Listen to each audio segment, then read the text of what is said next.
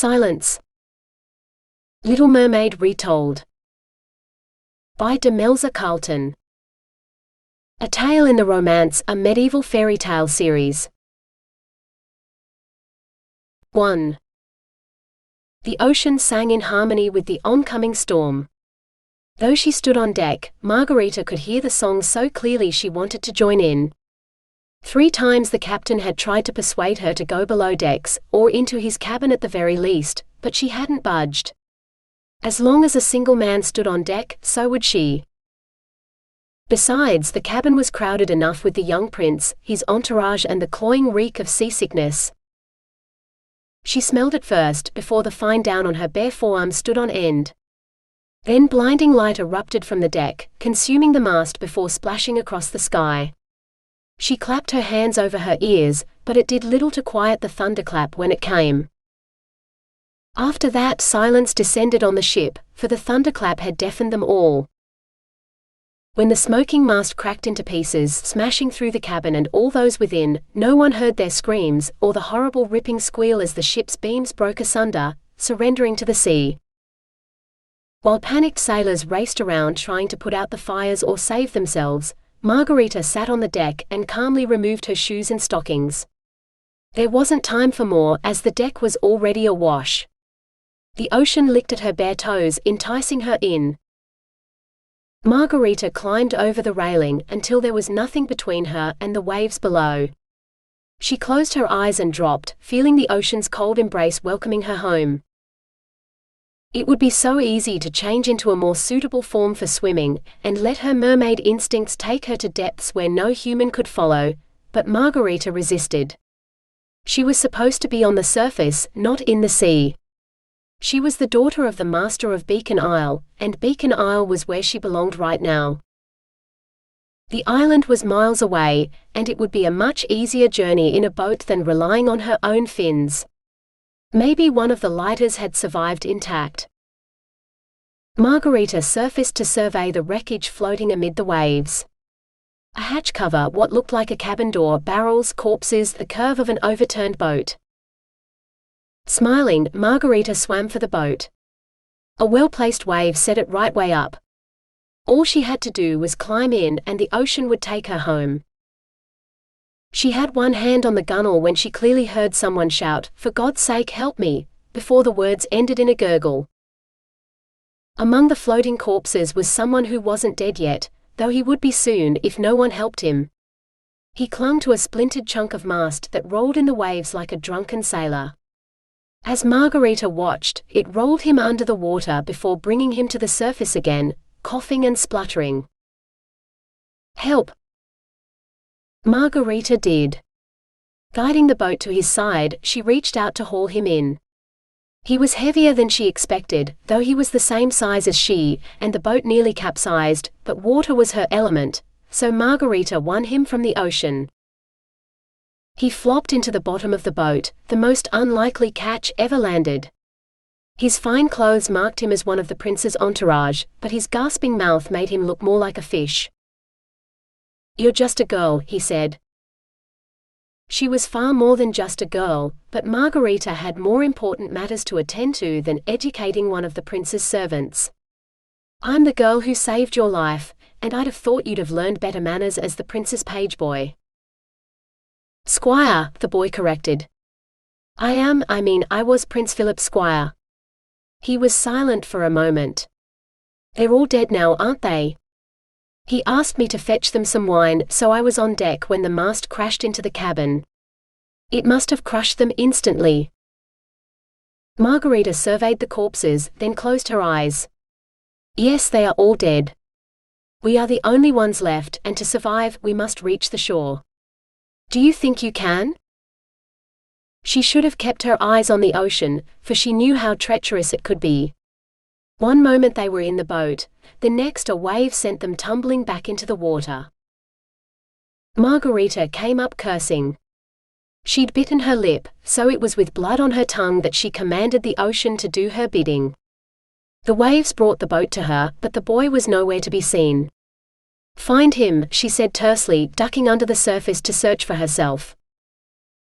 A glint caught her eye, metal reflecting the lightning above, and she dived, shifting to her tail to give her the power to drag the boy back to the surface. This time, she made the waves lift him into the boat as she hauled herself aboard. "Take us home," she ordered, and the waves obeyed, parting to form a path before her as a powerful surface current pushed the boat along it.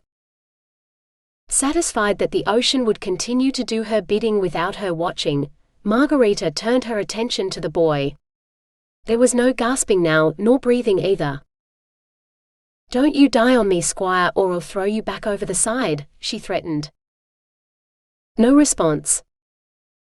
"I saved your life, so it belongs to me, not the ocean. You hear me? No dying on me now." She pounded his chest and back until he coughed up the water he'd swallowed, and began to breathe again. "Who are you?" he croaked out. "I'm the girl who saved your life," she said again. "So what's your name, Squire?"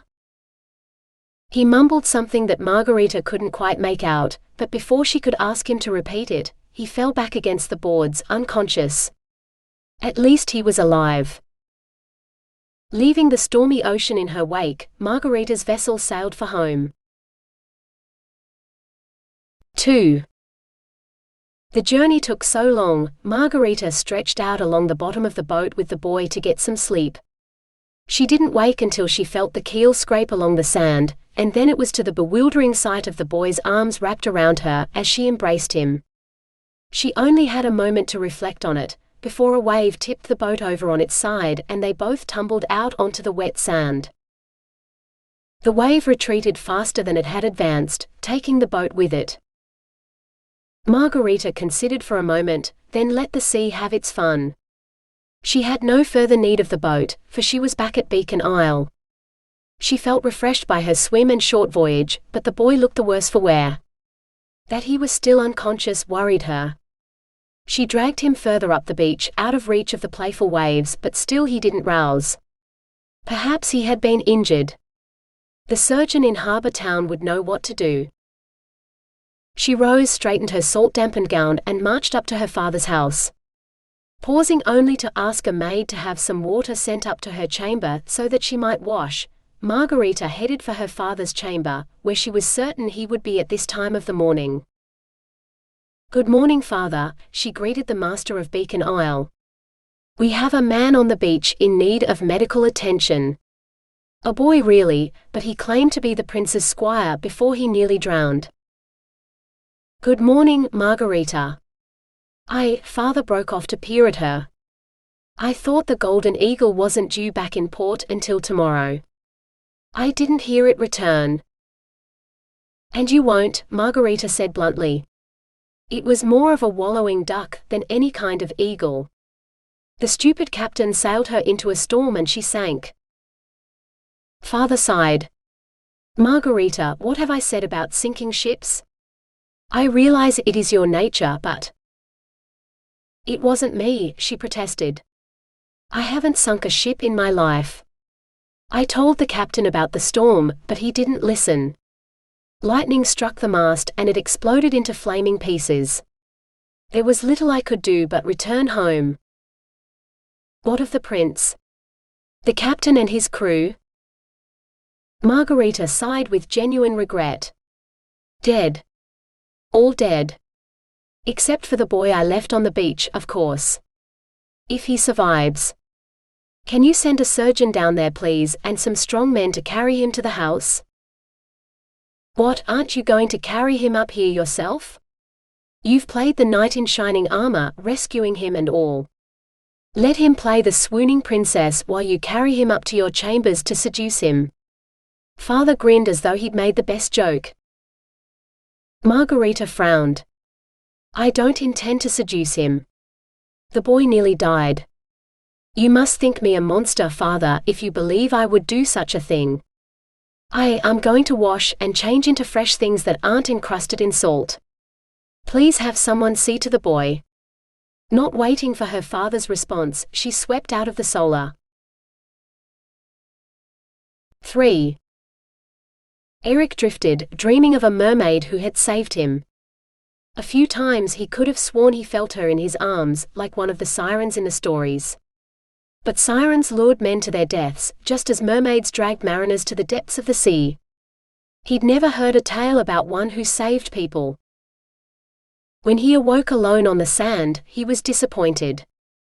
Oh, not that he wasn't dead, that he was quite relieved about, or he would be once he worked out where the mermaid had gone. Perhaps she had only left to get her sisters, and together they would finish him off. "Is he dead?" a male voice asked. Erik leaped to his feet. He found himself face to face with 3 fishermen, their arms full of fishing nets. "Prince Philip is dead," he said. One of the men shrugged. "Don't know any princes. But dead men don't talk or jump, so I'd say he's not dead." "He looked dead," one of the others said.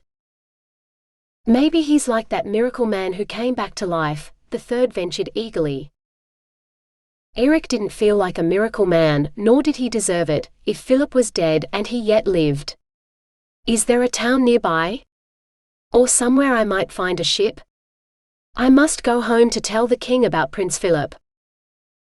"Up that way, just over the dune," the first man said, pointing.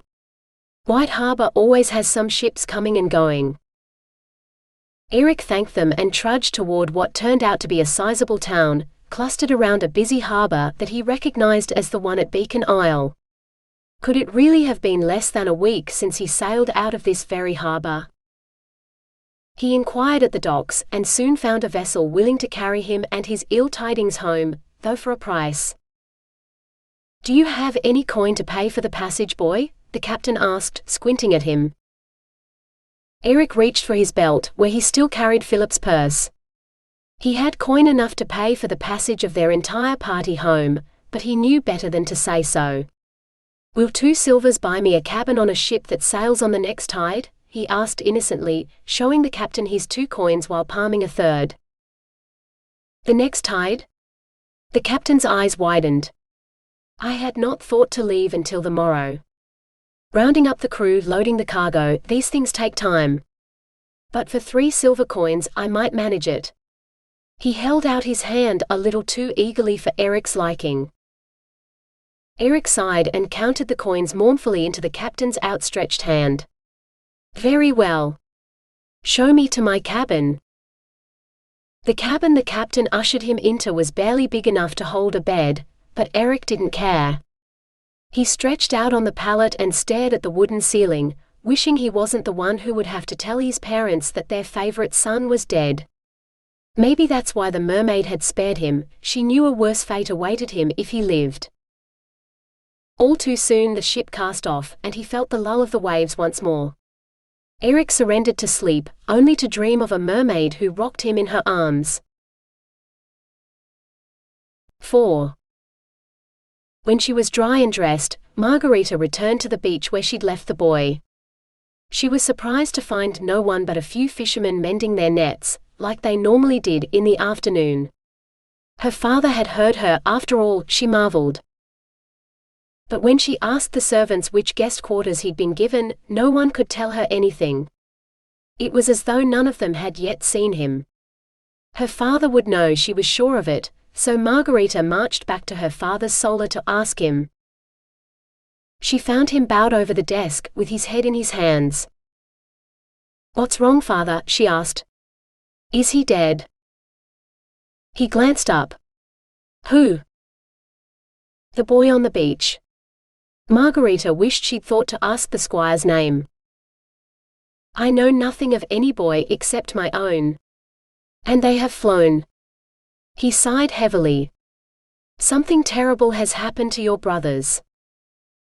Margareta clutched the table so hard her knuckles went white. "What happened? They're not dead, are they?" He shook his head. "No, but they may as well be. While they were hunting, they met a witch, who took offense at some imagined slight.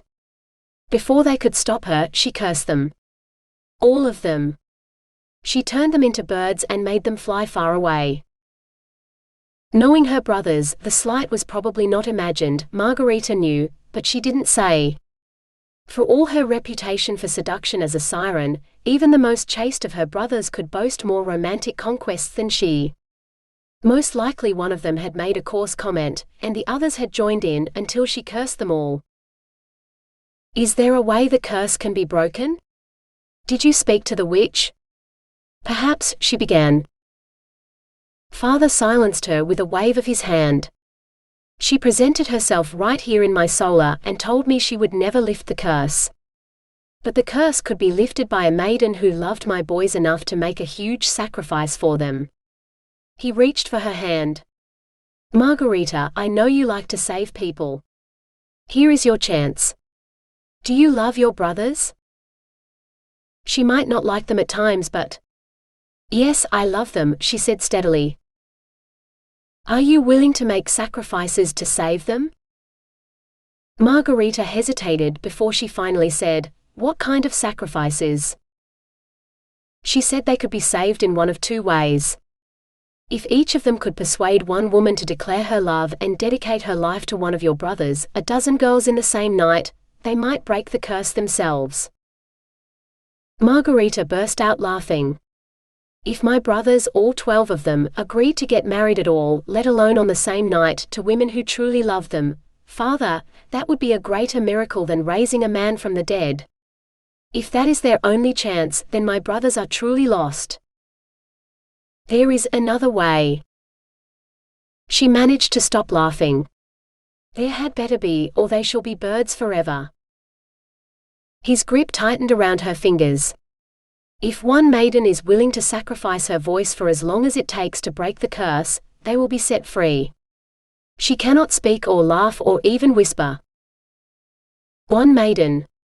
That would be me, I imagine? You wish me to be silent for how long exactly?" He shook his head. "I do not know. Weeks. Months. Maybe even years. Until the witch believes you have sacrificed enough to make her lift the curse and restore my sons to me." "Father, find someone else. I must find the boy. He was unconscious and needed help. I can't find him if I can't ask anyone about him."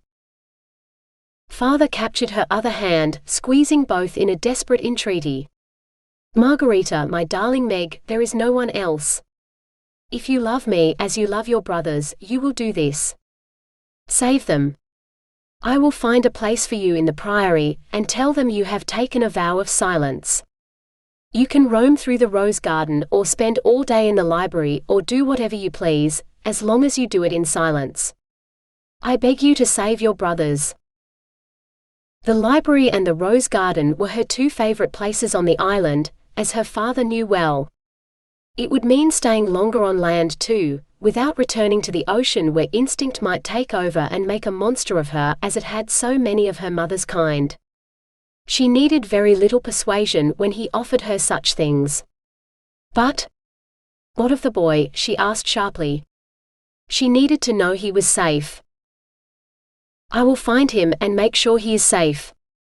If you will save my sons, my heirs." Margareta took a deep breath. "All right, Father. I will do it. Silence my voice to save my brothers." "Thank you." He threw his arms around her, hugging her as he hadn't since she was a child. And from that moment not a sound passed her lips. For her father was right about one thing. If she chose to save someone, be it her brothers from some folly or some nameless squire from a shipwreck, she would not rest until she had succeeded. 5. For a week, Margareta wandered through the house and the priory like a corporeal ghost.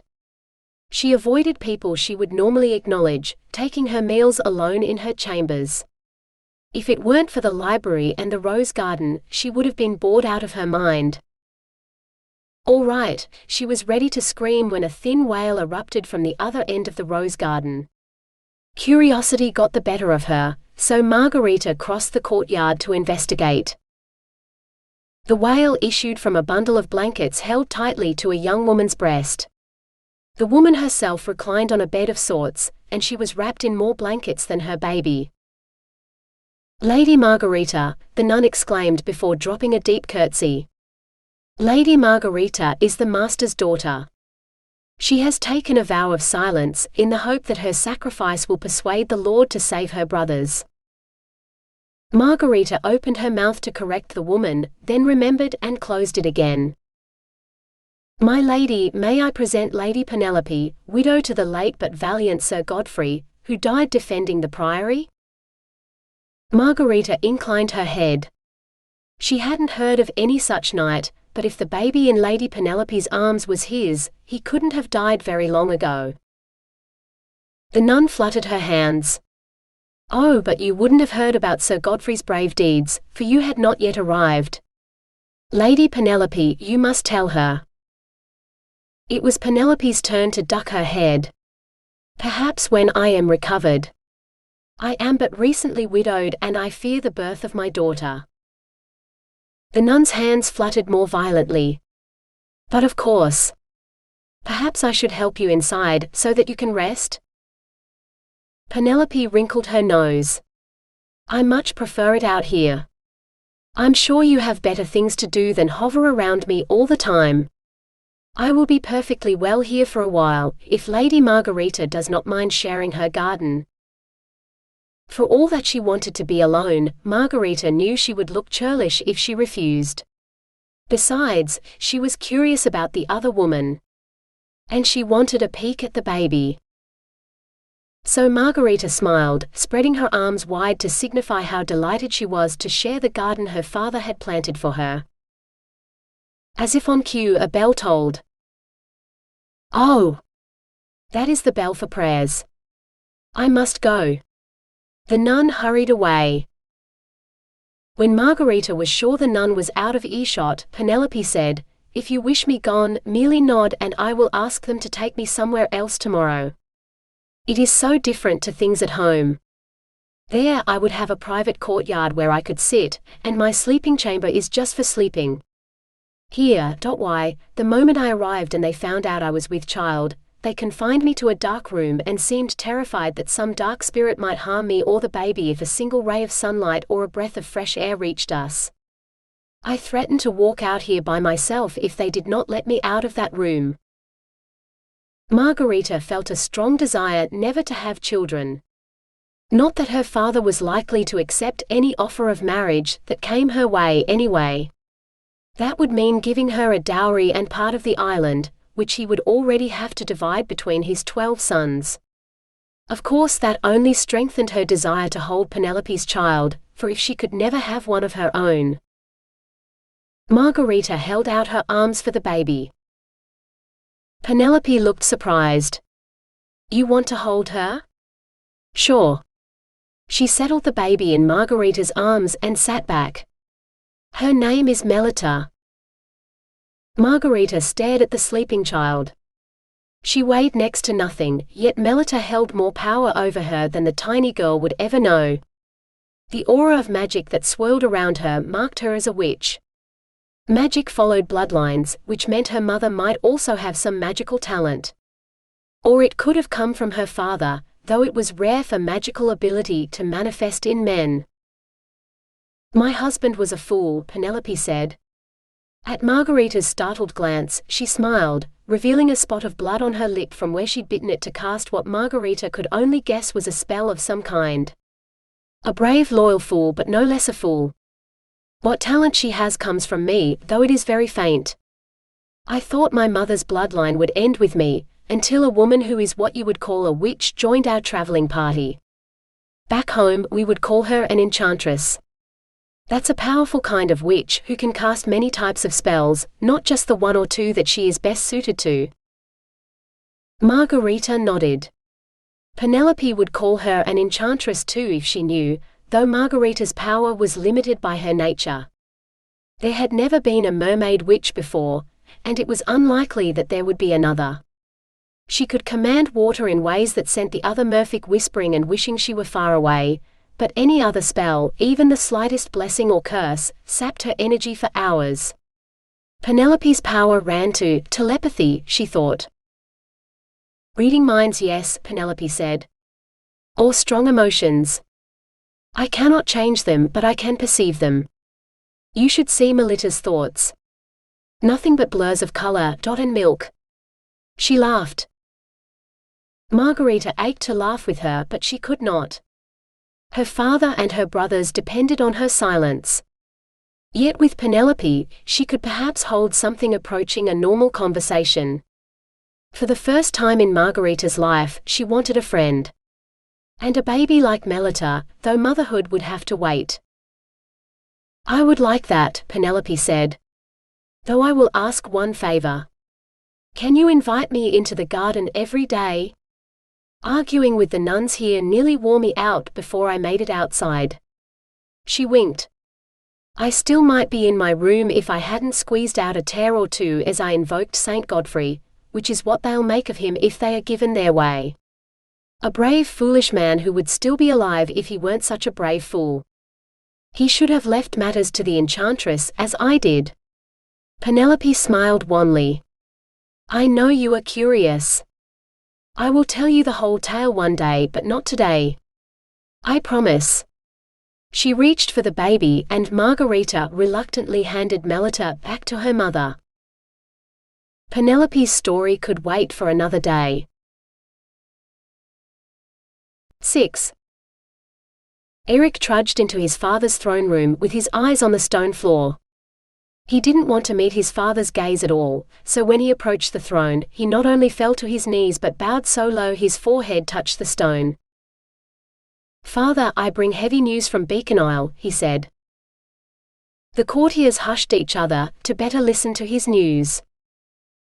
Crown Prince Philip is dead, as are all who sailed with him, Erik continued. How did he die? Father demanded. The ship we were on ran into a storm. Lightning struck the mast, which crushed the ship's cabin when it fell. All those within perished, and the ship sank. For the first time, Erik wished he'd been inside the cabin with his brother, for he knew what the king would ask next. How did you survive when your brother perished? Erik wished he could bow lower, so that he sank right through the stones.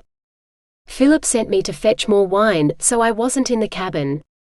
I was thrown into the ocean with everyone else, but by some miracle I found my way to an undamaged boat, and made my way to shore. A mermaid, not a miracle, Erik was certain, but his father would never believe him. He barely believed himself, and he'd seen her with his own eyes.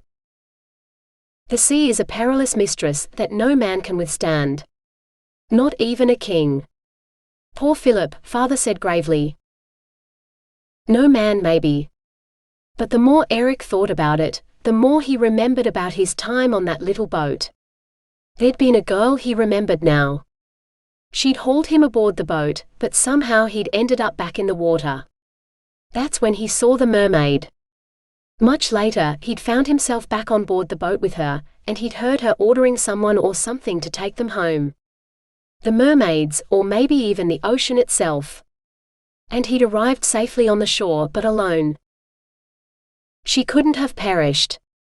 It just wasn't possible. He'd return to Beacon Isle and find her and... Arise, Sir Erik.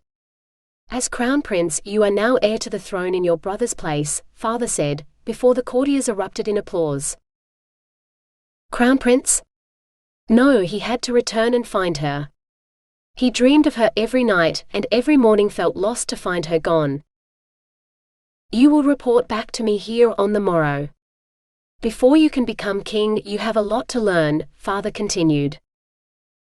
Erik's heart sank. He resolved to learn all he could about kingship as fast as possible, the sooner to return to the mysterious girl. And he would find her. Someday, somehow, he vowed he would hold her in his arms again. 7. Unbeknownst to Margareta or Penelope, the nuns had commissioned a stone plaque to mark Sir Godfrey's grave. The stonemason brought it on his pony cart, and the nuns decided to make it into a solemn celebration of the knight's deeds. Penelope and Melita walked at the head of the procession, followed by most of the priory's residents, who had traded their white robes for mourning black. The pony cart brought up the rear, kicking up a great deal of dust that spurred Margareta to hurry to the front, where she could walk at Penelope's side, ostensibly to offer the widow support. Penelope walked with her spine straight and her head held high. Her eyes were dry, and though her gown was as black as those worn by the nuns, her face was unshadowed. Either there was little love between Sir Godfrey and Penelope, or her sorrow ran so deep she could not bear to show it on the surface, Margareta mused. She watched Penelope through the drawn-out erection ceremony, as the knight's monument was carried from the cart to its final resting place over his grave, and a great number of prayers were uttered for his soul. But Margareta could not decide the truth of her friend's heart. She had no chance to ask her during the sombre funeral feast in the Priory's great hall, where the silence was broken by Melita's insistent wail that it was time for her meal too. Penelope excused herself, and Margareta followed her back to her chambers. The widow and her daughter slept in one of the Priory's guest apartments, large airy rooms with windows facing the sea. Penelope had set up her loom before one of the windows, where the light was brightest, though she had not yet started to make cloth. Penelope took her accustomed position on the bed, propped up by pillows, as she fed Melita. Margareta had seen the other woman feed the infant many times, but it still made her hungry for something she could not yet have. Not the milk. There were goats and cows aplenty on the island, and she could send down to the kitchens for fresh milk any time she wanted. No, she wanted a child like Melita. To beget a child, she would need a husband though, and would the child be enough to keep her from mourning if she lost her husband? "You think me heartless, don't you?" Penelope said suddenly. She laughed softly. "No, I am not using magic to read your thoughts. I can see it in your eyes. You think because I do not cry for Godfrey, that I am not prostrate with grief at his passing, that I could not have loved him." Margareta shook her head, but Penelope had turned her gaze on the baby at her breast. "You're wrong, you know. He was a good, kind man, and I did love him. Perhaps not as much as he loved me, but then he was passionate in ways that I am not. And it killed him. He believed we were in danger, and he acted recklessly. Without thought. Anyone who'd paused for even a moment's reflection would have seen that the brigands were not interested in me. What was one waddling pregnant woman, when what they really wanted were the novices? Young maidens who were already prepared to serve. I've seen so many such women in the slave markets at home. Maidens fetch a higher price, though they do not remain maidens for long. Too many men believe dipping their wick in one can work miracles, and it's too late for the girls when the men discover what they were told is wrong. The brigands and slave sellers probably spread such rumors themselves, so that they can command a higher price for the girls they capture. But there were no brigands on Beacon Isle, Margareta knew. Her father would have driven such ruffians off the island in a heartbeat, if he did not choose to hang them. She willed Penelope to read her mind and finally tell her what had happened the night her husband died. Penelope looked up and her gaze met Margareta's. "I will tell you," she said slowly. "I know you think your rank protects you from the fate awaiting any common-born maiden the slavers capture, but you are wrong in that too. Without a strong male protector or a powerful enchantress at your side, you are merely property in their eyes, and you can be bought and sold." And on that chilling note, Penelope began her tale. 8. A rare summer storm had closed White Harbor to ships, for the normally calm stretch of water was battered by waves that would break stronger ships than the cog they rode in. The captain dropped anchor on the eastern side of the island, in what he called calm water, and sent them ashore in the boats. Penelope and the other girls had clung to the sides of the boats as waves rocked them, threatening to capsize them. They were all soaked by the time they reached shore, where the novices huddled in a miserable little flock, while one of the sailors headed for the nearest village to ask for a cart to carry the women. Penelope settled on the sand to wait, for she felt the pains begin again. She didn't think they were birthing pains yet, but Godfrey worried so about her. The cart had been his idea, of course. Then Kuhn the enchantress came ashore.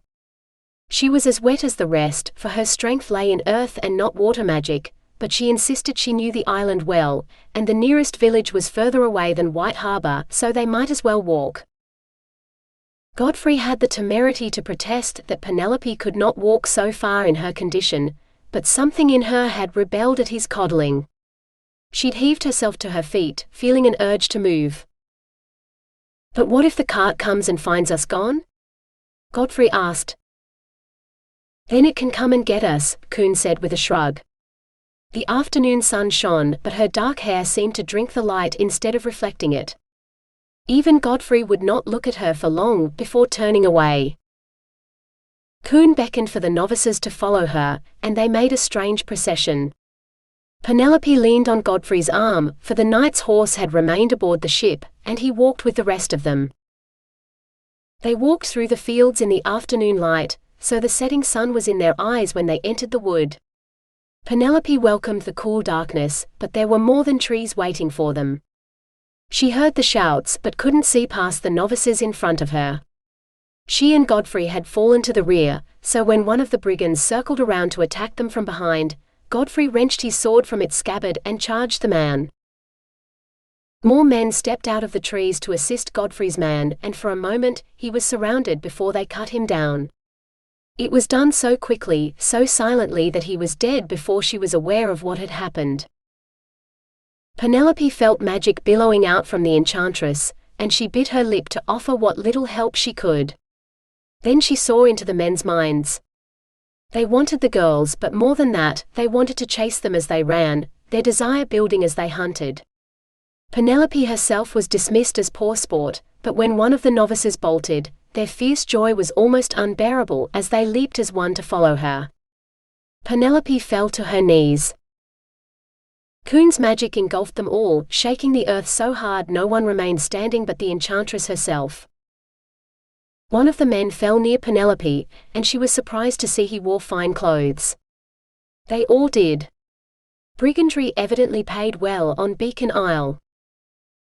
Kuhn shouted something and the man before her began to shimmer, then shrink. He gave a horrible cry, but he grew smaller and smaller until Penelope could have cupped him in her hands. Then he shivered, throwing his cloak out wide, and it caught the wind, buoying him up like wings. No, they were wings. Penelope watched in amazement as the brigands turned into birds, which flew away. Then pain engulfed her once more, and she knew that this pain was not the same as before. Her baby was coming, and she was helpless to stop her birthing blood from mingling with her husband's lifeblood on the road. 9. "I will not do this." Margareta burst out. After being silent so long, her voice sounded strange in her ears. "I will not save them from a fate they so richly deserve. She should have killed them, not let them fly away. How dare they?" Penelope's mouth dropped open in shock. But an enchantress cannot use her power to kill. It is against the laws of their kind. If she does, she will be enslaved like the other jinn, who were once free to practice magic, until they turn to evil. Margareta would not be silenced. So an enchantress who puts down a pack of rabid dogs who prey on women is punished, while the men get off lightly, with the gift of flight?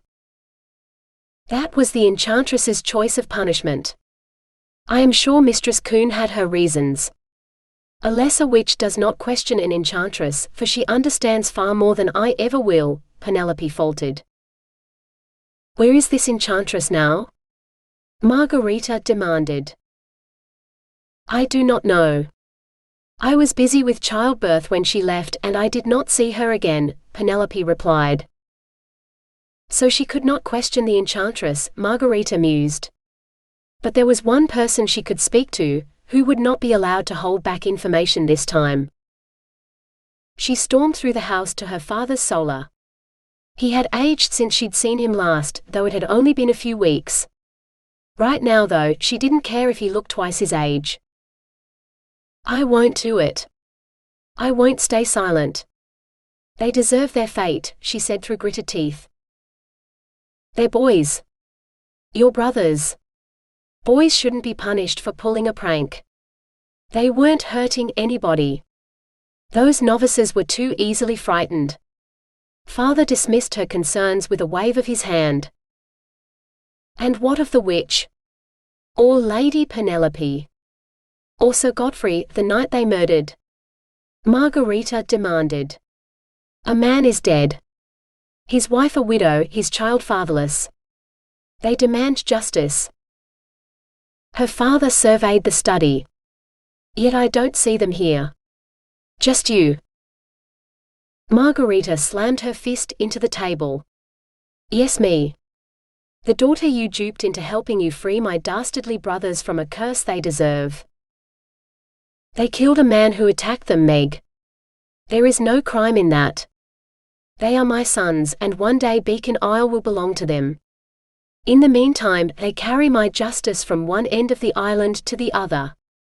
Perhaps they might have overpowered the man and brought him here to face justice instead of killing him outright, but there were a lot of women present who might have been in danger from the madman. If they were here I could ask them, but they are not, and they will not return until the curse is broken. A curse you swore you would break. That was before I knew how much they deserved it. Margareta cried. If I break this curse, one day they will be masters of Beacon Isle, and heaven help the islanders when you are gone. There will be no justice, for they will be lords who take whatever they will, and no woman will be safe. I will not be a part of this, father. So you will let your brothers remain birds forever, because you, a girl who has not been taught to rule like her brothers have from their infancy, think you know better? Margareta folded her arms across her chest. Any village idiot knows better than to torment innocent women for their own amusement. I would do a far better job at ruling this island than any of my brothers. No woman can rule, father scoffed. That is why girls must marry. So their husband can rule their lands with the strength required to hold them, or they would soon lose them to conquest. In the human world, Margareta knew this to be true, but beneath the waves, it was a different story. Not my kind. Under the surface, women rule the oceans. And the men who think they are strong enough to challenge us for our domain die, she said fiercely. The master of Beacon Isle leaned back in his chair, considering her. Very well. If you lift the curse on my sons, I will give you Beacon Isle as your dowry when you marry. Margareta held his gaze, knowing the lie that lurked beneath his promise. Her kind did not marry, and no human male would survive long in her bed. But he would only need to survive long enough to claim her dowry, and Beacon Isle would be safe. Her brothers could never inherit. We have an accord, she said. The master was quick to follow up on what he thought was his advantage. Indeed we do. See that you keep your promise and save my sons. Mutely, Margareta nodded. If by breaking the curse she could free Beacon Isle from the curse of her brothers, her silence was a small price to pay. One which would yield lands, a husband, and maybe even the one thing she wanted most, a child like Melita. 10. Later that evening, in the solitude of her chambers, Margareta took a knife and sliced the skin of her arm, letting the blood flow. She was a weak spellcaster with anything that wasn't water, and she wanted this spell to work. What might take another enchantress merely a drop of blood, took much more from Margareta. She wove her magic carefully, making sure the spell affected only herself. When she was done, silence settled over her tongue. There would be no mistakes or changes of heart this time. She would not, nay, could not speak until her brother's curse broke and they returned to Beacon Isle. Until then her voice would not be heard. Not a word or a laugh or a single sound would pass her lips for more than 6 years, when fate intervened. For a siren whose voice is never heard is hardly a siren at all. Maybe enough to make a man wonder whether she might make a suitable wife. 11. Had Beacon Isle been this green the last time he was here? Erik wondered as the island came into view. He couldn't remember. Last time he'd been too caught up in the sheer adventure of it all, his first sea voyage, his first journey at all. He'd had responsibilities then too, which had taken much of his time. Armor did not polish itself, and salt from the sea voyage had conspired to make his duties tenfold more difficult. He'd learned a lot about the sea since then, and those who made their living on it. Enough to know how to keep his sword from rusting and to wear leather armor, when he wore any at all. He was on a mission of peace, not war, and he was under strict instructions not to risk his life unnecessarily. Just as his brother, Philip, had not risked his own in anything more ordinary than a sea voyage. A voyage that had both blessed and cursed Erik, for he alone had survived. He and a girl he swore he'd find. 6 years it had taken to convince his father to allow him to go to sea. Anything could have happened to her in that time. She might have died or married or run far away from Beacon Isle, but that was the last place he'd seen her, so that was where he would start his search. That Beacon Isle was at the heart of other, stranger stories than his intrigued him. His father dismissed the tales as the fantasies of sailors embellished by nurses who wished to frighten children. Yet Erik knew something his father did not. He had his own dreams and memories to go on, the proof of his own eyes. A moment of foggy memory that would not leave him alone gave credence to all the tales the way nothing else could. And yet, Erik sighed. The tales told so many conflicting things, it was hard to make any sense of them. That was why he sought the source of such tales, and the library on Beacon Isle was famed far and wide. Why it was said that some of the books from the Library of the Ancients, which burned 1,000 years ago, had been salvaged and were kept even now in the priory at Beacon Isle. Not that he wanted scrolls from so far afield. He wanted the history of Beacon Isle itself and the waters surrounding it. Especially the waters. Water he would have to cross if he was to find what he sought, Erik told himself, forcing himself to step across the gangplank to shore. There, that was not so difficult, he chided himself as his boots touched the cobbled surface of the dock. He'd surprised himself with how easy it was. Weren't all seas the same water after all? He'd sailed many of them in his thankless quest, but still he had no more answers than when he'd started. That's why Beacon Isle must hold the answers. Here his quest had begun, and here it would end, one way or the other. Either he would find the answers he sought, or he would be forced to agree with his father that whatever he'd seen in the water was nothing but an illusion invented by his own fevered brain. Erik took a coin, tossed it into the air, and caught it on the back of his hand. Heads and he was delusional, tails and he would find what he sought here. Erik lifted his hand and cheered aloud when he did not see his father's engraved profile on the uppermost side of the coin. He would find something here, he was certain of it. If not her, then perhaps the book he wanted waited in the library. Erik itched to begin his search, but he knew better. Politics demanded he present himself to the master of Beacon Isle first, for he was his father's son, and his father had his own reasons for keeping the master happy. Aside from its value to Erik, Beacon Isle was one of the richest trading ports in the region, accepting goods from all corners of the globe and trading them far and wide. It was strategic to the defense of half a dozen countries that surrounded it, and it had its own navy that served Beacon Isle and acknowledged no king as its sovereign except the master of Beacon Isle. A master, yet not a king. It even piqued Erik's curiosity how a man could hold such power without a crown. Almost as though there was more to Beacon Isle than anyone thought. Calling his thanks to the captain for the ride, Erik set out across Harbour Town to reach the master's house and the priory beyond. The town quickly dropped behind him as he ascended the hill where legend said one of the saints had founded the first priory on the site. The rude wooden huts that had once stood there were long gone, replaced by the edifice of white and grey stone that occupied the crown of the hill overlooking White Harbour. On a beautiful day such as this, it was a view fit for a king. Erik stepped through the gate into the bailey, his rich clothing announcing his arrival before he could open his mouth. Men set off for the port to bring his belongings, while another asked for his name and ushered him into the great hall, where he was offered food and wine while he waited for the master. Bemused, Erik accepted the offer of wine, wondering how far afield the vintage had come from, for it was surely too cold for grapes on Beacon Isle. A cautious sip told him all he needed to know. The wine was not from grapes at all, but made with berries in the style made famous by a kingdom to the south of his father's that backed onto the mountains, and a particular favorite at his father's court. His father had hinted that a marriage between Erik and the king's only daughter would be advantageous for both kingdoms, but Erik had no intention of marrying a woman he'd never met. Life would include enough unhappiness without sharing it with a woman he didn't love. Prince Erik. It is an honor, a deep voice said. The man who entered the hall looked ancient, instead of the same age as Erik's own father. But no one else would walk into the great hall of Beacon Isle like a king granting a great favor to one of his subjects.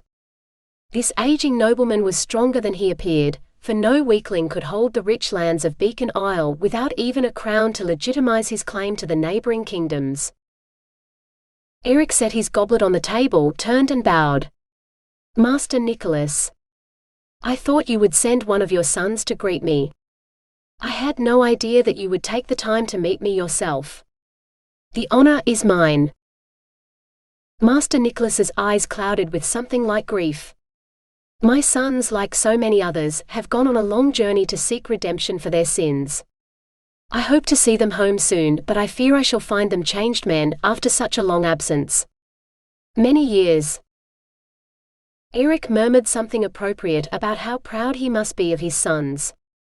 While Master Nicholas waxed lyrical about his numerous sons and their even more numerous talents, Erik wondered what it would be like to undertake a crusade to free the Holy Land, like Nicholas' sons evidently had. It seemed such a pointless business that one would surely have had to commit some truly grievous sins in order to require such lengthy reparation. He debated whether Master Nicholas's boys had done something particularly bad, or whether the fervor of others had caught them up like so many other young noblemen. Surely the latter. And what brings you here to my humble isle? Master Nicholas asked. Erik managed a smile. Why, a quest of my own. I have developed a singular interest in the history of the region, and I've found a large gap in the history of Beacon Isle. Considering the fame of your library, I naturally assumed the information I sought would be here. Master Nicholas laughed, though it sounded hollow. He knew as well as Erik that the one thing Erik's father and in fact all the neighboring kings wanted to know was which king had last held sovereignty over Beacon Isle, and how, if at all, he had lost it. Such a secret would surely be within the archives here on Beacon Isle. I will see to it that you have a research assistant, who is an expert in all of our library collections, the day after tomorrow. First you must rest from your journey, and tomorrow is our harvest feast, so you must join us. I will introduce you to my daughter at the feast too. Erik suppressed a sigh. What was it with men once they had a daughter? The moment she was old enough, they all wanted to marry the poor girl off, and they all looked eagerly at him as the prospective husband. As if a good marriage began with a desire to please the girl's father, and not the girl herself. When he found the girl he wanted, he would do everything within his power to please the girl. She was the one he intended to share his life with, after all. He made noises that he hoped sounded eager, then escaped the master as quickly as he could without being rude. 12. Penelope finished tying the laces of Margareta's gown. There, she breathed, standing back to admire her handiwork. She looks beautiful, Mama. Like a princess, 6-year-old Melita squealed, clapping her hands. Can I be Harvest Queen too, when I'm all grown up? She's not the Harvest Queen, sweetheart, Penelope said. The Harvest Queen wears gold, not blue. Lady Margareta is the Lady of Beacon Isle, and one day she'll be the mistress of the whole island. What about me? The child demanded. Margareta couldn't hide her smile. When she was that age, she'd admired the village girls chosen to be Harvest Queens, and wished that someday she might be one of them. Now she knew better. The girl chosen to lord it over her fellows at each harvest festival never lacked for partners when the dancing started, and she never failed to find a husband before the first winter snows. From the moment the blessed crown of flowers touched the queen's head, she became the sole focus of every man present. For the blessing was one of fertility, and any man who could win the queen's affections that night was certain to sire a child on her, hence the rapid weddings. She remembered her brothers being among previous queen's suitors. As a child, she'd seen the uncrowned queens marrying other men, and she'd pitied her brothers for being rejected. Now she realized that wasn't the case. The girls had been hurriedly married off to save what honor they had left after her brothers had finished with them. That wouldn't be the fate of tonight's queen, however. Margareta was certain of that. Queen Gerda was safe from her cursed brothers, and well known to be walking out with young Kay, a boy orphaned by the very same shipwreck that Prince Philip and his entourage had died in. Margareta hoped she'd see Gerda and Kay reach a marriage accord tonight, and that the competition of other men wanting her hand would spur the boy into action before he lost the girl. "Perhaps when you are older you will be Harvest Queen, and I shall make you a beautiful dress in gold," Penelope said to her daughter. "No. Blue like Lady Margareta," the child shrieked. Penelope shook her head. "Your spirit is all spit and fire, child. If you are ever Harvest Queen, the boys will burn the city for you, thinking it is midsummer and not harvest at all." She dropped her voice lower, so only Margareta could hear. "I already told you, the competition will frighten the boy off. I'll wager you the first piece of velvet off my loom that he is too cowardly to ask the girl. He doesn't think he's worthy of her." Margareta had to admit Penelope had an edge on her, being able to read the boy's thoughts and all, but Margareta wanted to believe some happiness would come of tonight's feast. Besides, watching the Harvest Queen while she was stuck at the high table where no man would dare ask her to dance, would provide some amusement in an otherwise tedious evening. "Let us go," Penelope said, straightening the veil she wore over her hair. To the two veiled novices who'd appeared in the doorway, she added, "Make sure she's in bed as soon as she's finished her supper. I don't want her sneaking downstairs to the feast again." The novices murmured their agreement. To the sound of Melita screaming about wanting to come to the ball too, Penelope and Margareta made their way down to the Great Hall. Penelope's dove-grey gown and matching veil marked her as a widow, though she was long since finished with her mourning period. Margareta's blue gown glowed like the sky above, setting off her curved figure to perfection. When she arrived at the door to the Great Hall, silence fell without anyone needing to announce her name.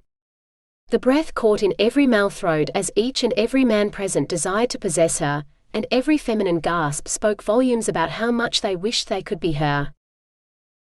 Margareta did not need the Harvest Queen's crown or Penelope's mind-reading magic to know these things. It was plain in the expression on every face. Even when her tongue was silent, a siren's body sang a song so enticing no human could resist. Ignoring all the eyes on her, Margareta led the way to the high table. She paid little heed to the men already seated at her father's right and left hands, as she headed for her accustomed seat at the far end of the table. She shared her small bench with Penelope because after her, Penelope was the second highest-ranking woman in the room. The feast itself passed much like any other. Everyone ate too much and drank more, until the volume of their collective voices rose to a roar that echoed around the room. When the roar approached what Margareta thought was its crescendo, her father rose to announce the Harvest Queen, who would open the dancing. Clad in the traditional saffron-colored gown worn by Harvest Queens for as long as Margareta could remember, Gerda approached the dais and dropped a deep curtsy, letting her skirt puddle around her as she'd no doubt practiced. Father, as master of Beacon Isle, laid the blessed crown of flowers on the girl's head and bade her to rise as royalty. The moment the crown touched her hair, the atmosphere in the room changed from the sated merriment after a feast to charged anticipation. "We're not the only ones betting on who the little queen chooses to be her king," Penelope whispered. If it weren't for her spell of silence, Margareta would have had to smother a laugh. A lot of young men had turned their eyes on Gerda, as though seeing the girl for the first time. Poor Kay, who'd sat beside her at the feast, now stared into his mug of ale as though he couldn't bear to see how beautiful Gerda looked tonight. The master gave the order and the tables and benches were swept aside to make space for the highlight of the evening, the harvest ball. Gerda and her golden gown were soon hidden among a crowd of eager young men, while other couples lined up for a country dance. Margareta longed to be among them, but her father would never allow her to dance, because there was no knowing when her siren side might take over and decide the poor boy needed to die instead of dance with her. So Margareta watched and kept Penelope company, for no man would think of asking the widow of a saint to do something as frivolous as dancing, or so Penelope said. "How fares young Kay?" Penelope asked. Margareta pointed at the boy, who sat moodily in the corner with his ale. Penelope clapped her hands. "You'll be taking me out on the boat for sure. I hope we'll have fine weather tomorrow because I fancy a trip out on the ocean." So would Margareta, she admitted to herself. To be out on the waves, breathing in the salt spray and listening to the swish of the hull cutting smoothly through the sea, instead of the smoky air in the hall full of music and shouting and the stomp of booted feet. "Lady, would you do me the honor of joining me in this dance?" the man to Margareta's right asked, extending his hand. Margareta shook her head and Penelope piped up, "The Lady Margareta is under a vow of silence until her brother's return." "But that won't stop you dancing, will it, my lady?" the man persisted. "Your father said." "Her father wants his sons to return just as much as Lady Margareta," Penelope said smoothly, cutting the man off. Margareta dared to look into his eyes. They lit up with his eager grin, as if he truly didn't believe she could refuse him. She lowered her gaze, frowned, then shook her head emphatically. "Meg, be a good girl. Go dance with the king's envoy," the master ordered, stabbing a finger at the dance floor. She shot her father a look of surprise. Didn't he care what happened to the ambassador? What if something happened and her true nature took over and... "Dance, girl," the master commanded. Unable to refuse, Margareta laid her hand on the envoy's proffered arm, and allowed herself to be led onto the dance floor. She shot Penelope an imploring look, begging her friend to keep an eye on her thoughts and that of the ambassador. Margareta glimpsed Penelope's grave nod, before she and the ambassador were whirled away into the organized chaos that was a country dance. 13. The moment she stepped into the great hall, Erik knew his search was over before it had even started. She was here, the girl in his dreams. Or at least he thought she was. He didn't remember her having curves like that, or perhaps he'd been too young to notice. Her dark hair was hidden mostly under a veil, but a rebellious tendril had escaped. She moved like a stately lady, which indeed she was if she was the master's daughter. The grey-clad widow at her side looked like her companion or her chaperone, Erik wasn't sure. The girl sat beside him, close enough to reach out and touch, though he didn't dare. She shared a bench with her chaperone, he judged, when the widow shot him a shrewd glance that seemed to size up his very soul. He met the widow's gaze, willing her to believe that his intentions toward the girl were honorable. How could they not be? He'd come here to find her, and here she was, not a foot from him. Erik scarcely tasted a bite of his meal as he struggled to keep his breathing even. He wanted to blurt out everything to her, everything that had kept him away for the last 6 years and what brought him here now, but every time he tried to say something to her, his voice died in his throat. What did a man say to the woman of his dreams when he saw her for the first time in 6 years? And so he waited for her to break the silence. A silence he should not have noticed, amid the noise of a hall full of people making merry to celebrate the harvest, and yet the silence stretched in his mind until it lay like a great gulf between them. The tables were cleared away to make space for dancing, and Erik's heart leaped. A ball. At home in his father's court, the ladies would form up and dance, spinning around one another like flower petals blown by the wind, before coming together as the complex pattern drew them in at the end of the dance.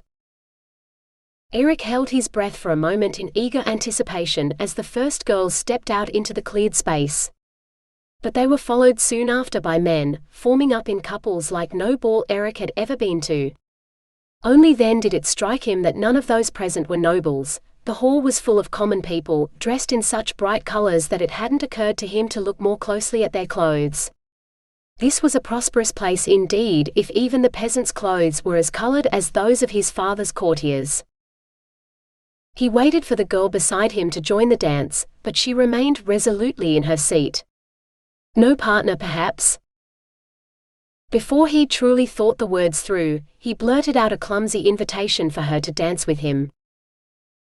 Her eyes met his, two blue jewels that seemed to hold the depths of the ocean inside them. But the one thing that they didn't hold was any spark of recognition. She shook her head, which made the Grey Widow pipe up in the girl's support. Erik's heart ached at the thought that this wasn't the girl he was looking for. How could she not recognize him when he knew her instantly? But his ever-optimistic imagination ventured that if she had changed in the intervening time, so had he, and it would take time for her to remember him. Just because he hadn't been able to forget the shipwreck and how she'd saved him from it, didn't mean she had been similarly affected. Perhaps she had endured many shipwrecks and rescued many helpless boys, and there was nothing special about him at all. No, he'd felt it then and he knew it now. There was something between them, a connection that once made could not be broken. He felt it in his bones. The Grey Widow would not stop him from dancing with her. Erik countered her arguments as to why the girl shouldn't dance, and just as he felt he had the upper hand, a male voice cut in. Master Nicholas ordered the girl to dance with him. The girl's eyes widened, and she looked affronted at her father. She was no dutiful daughter, this one. If not for her vow of silence, the girl would have given her father a piece of her undoubtedly strong mind. The master either ignored or dismissed her rebellious glance, and repeated his command. With an expression that said her father would rue this later, the girl rose gracefully, every inch a veritable queen as she took Erik's hastily proffered arm. The dancers parted and bowed to allow them to take their place at the head of the formation. The musicians faltered, then began anew, hesitantly at first, then more boldly as the girl stepped across the divide to place her palm against Erik's. Heat flared between his hand and hers, surprising him. She should have been cold, icy, not warm to the touch. Perhaps he was wrong, and she wasn't. Deep blue eyes sucked at his soul as they whirled among the other dancers, assessing him as frankly as though she were the master himself. Erik stumbled, forgetting the steps, nearly sending them crashing into another couple. Her arms grew rigid around him, steering him bodily away from the others for all the world, as though she had the strength to lift him off his feet. Or pluck him from the ocean into a boat. Now it was Erik's turn to stare at her. Either she was, or she wasn't. They moved apart, as required by the steps of the dance, and Erik was forced to partner 3 other girls before he could approach her again. "Do you remember me?" he asked urgently. "That day in the water?" She grimaced as he trod on her foot. Erik opened his mouth to apologize, but she brought her slippered heel down so hard on his instep all that came out was a pained yelp. She broke free of his hold, weaving expertly through the dancers until she reached the edge of the room. An imperious wave of her hand brought a servant with a goblet. The girl took the goblet, turned on her bone-breaking heel and strode out of the great hall, with the Grey Widow hard on her heels. Disappointment welled up in Erik's throat. If he hadn't been so clumsy, she might have answered his question. Then he'd know if she truly was the right one. With considerably less grace than the girl, Erik made his way through the dancers and back to the dais, where he slumped to the bench beside Master Nicholas's chair. Gesturing for a servant to fill his cup with wine, Erik said to Master Nicholas, "Your daughter is certainly a very spirited girl." Master Nicholas drained his cup. "That she is. Break her, and she's yours. Consider her a gift." Erik's mouth dropped open, and he hastened to close it. Break her? She would outlast the strongest granite, Erik was certain. For a wave might break against a rock, but no man could master the ocean. Least of all him. My father would welcome a marriage alliance between his kingdom and yours, Erik managed to say. He bowed to the master and bade him a good night, before heading up to his chambers. It wasn't until he was alone in bed that Erik realized he hadn't even asked for her name.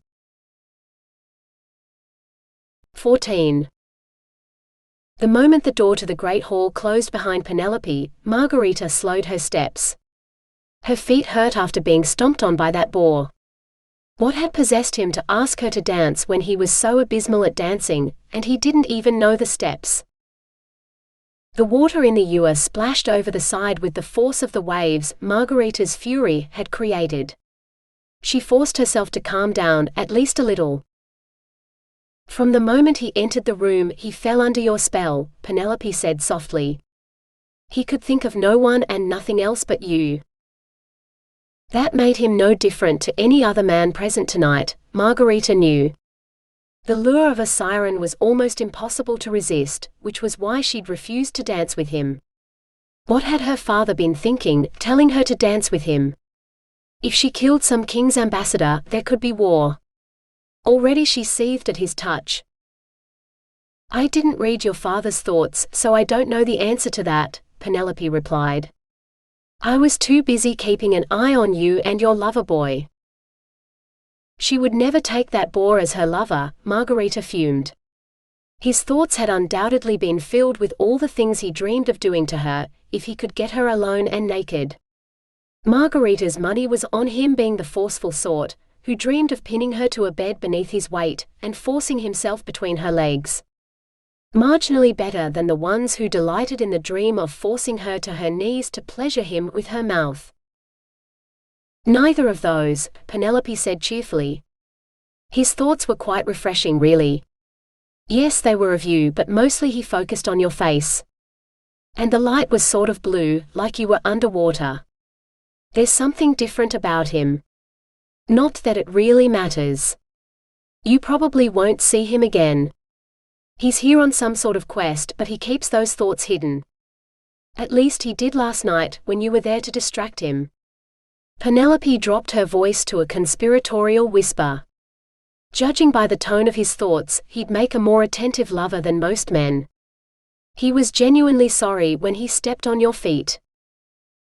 Not as sorry as Margareta intended to make him if he ever touched her feet again, she resolved grimly. Penelope laughed. I'm sure you'll think of some truly diabolical torture for the man. You can tell me what you've decided in the morning. I am going to return to my chambers, where I hope the sisters have managed to get Melita to sleep, and where I intend to do the same. Margareta wished her friend a silent good night. When she was certain Penelope was far enough away, Margareta left her room and headed for the beach. A swim in the cool water would do her good. She could dive down deep and change the currents to her heart's content until she felt better. Damn her father for putting her too close to that man. It was almost as though he wanted her to kill the ambassador. No, surely not. 15. By the following morning, Margareta was back to her usual sunny self, as she sat in the brightly lit bower with Penelope. As had become their custom, Penelope worked on her weaving, while Margareta busied herself copying some of the older, crumbling manuscripts from the library, before they became entirely unreadable. Father often commented that writing was a man's job, and not suitable for a lady. The priory had a group of monks whose sole occupation was to illuminate the manuscripts they found in the library, as Margareta knew well, but she'd watched the monks at their work, and it left a lot to be desired. Oh, their books were beautiful enough, written in lovely letters and illustrated with the most exquisite pictures, but for every manuscript they copied, another dozen crumbled to dust. They were so slow. Completing a single page could take days the way the monks did it, and on her father's death, this library, like all of Beacon Isle, would be hers. And she did not want to lose any of the texts it contained. So while the monks made beautiful books, she collected the scrolls they left behind and transcribed what she could decipher. Her pages were plain but readable, which was more than she could say about the originals, and if the monks wanted to turn her work into beautiful books, at least they'd still have the text from the source to go by, instead of it being lost altogether. One winter, when the harbor had completely iced over and kept all the ships away for weeks, Margareta had run out of ink. Bored beyond belief, she'd undertaken to reorganize the library. Through the centuries, the books and scrolls had been placed on shelves based on the date they were bought or last read. That meant the earliest scrolls had crumbled together into indecipherable fragments that Margareta lacked the patience to piece together, but it also appeared that some of the older scrolls had been removed from their original shelves and shoved back into pigeonholes which were already occupied by more recent manuscripts, making a mess that had only worsened through the centuries. 2 days after she'd finished her Herculean task, the harbor ice had finally cracked and more ink had arrived. Margareta had intended to write a document, summarizing her filing system so that anyone could easily find what they sought, but in the course of her cleaning, she'd found so many scrolls in need of copying before their contents disappeared altogether that she'd had other priorities for her time. Even now, she fought against time to preserve all of them. Most days, she was fascinated by what she read. Stories about wars fought in lands she'd never heard of, with exotic names and all sorts of strange animals, or accounts of men and events she couldn't even begin to understand. Senates and votes and pharaohs and all manner of strange words came up in these manuscripts. Today's scroll tried her patience. Not only had the writer failed to put spaces between the Latin words so that the reader might know where one word ended and the next began, but the words themselves left a foul taste in her mouth. The unknown writer who had first penned the words believed that all the ills of the world could be cured if only husbands controlled their wives, who were apparently all violent, uncontrollable creatures. So either they could be controlled or they couldn't, Margareta fumed.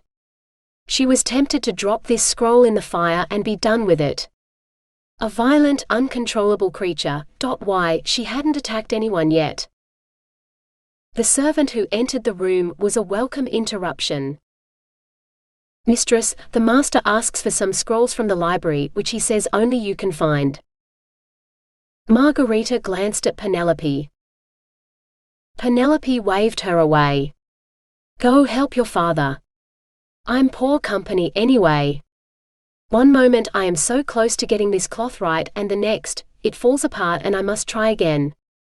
If I hadn't seen that finished piece of velvet with my own eyes, I'd swear it wasn't possible.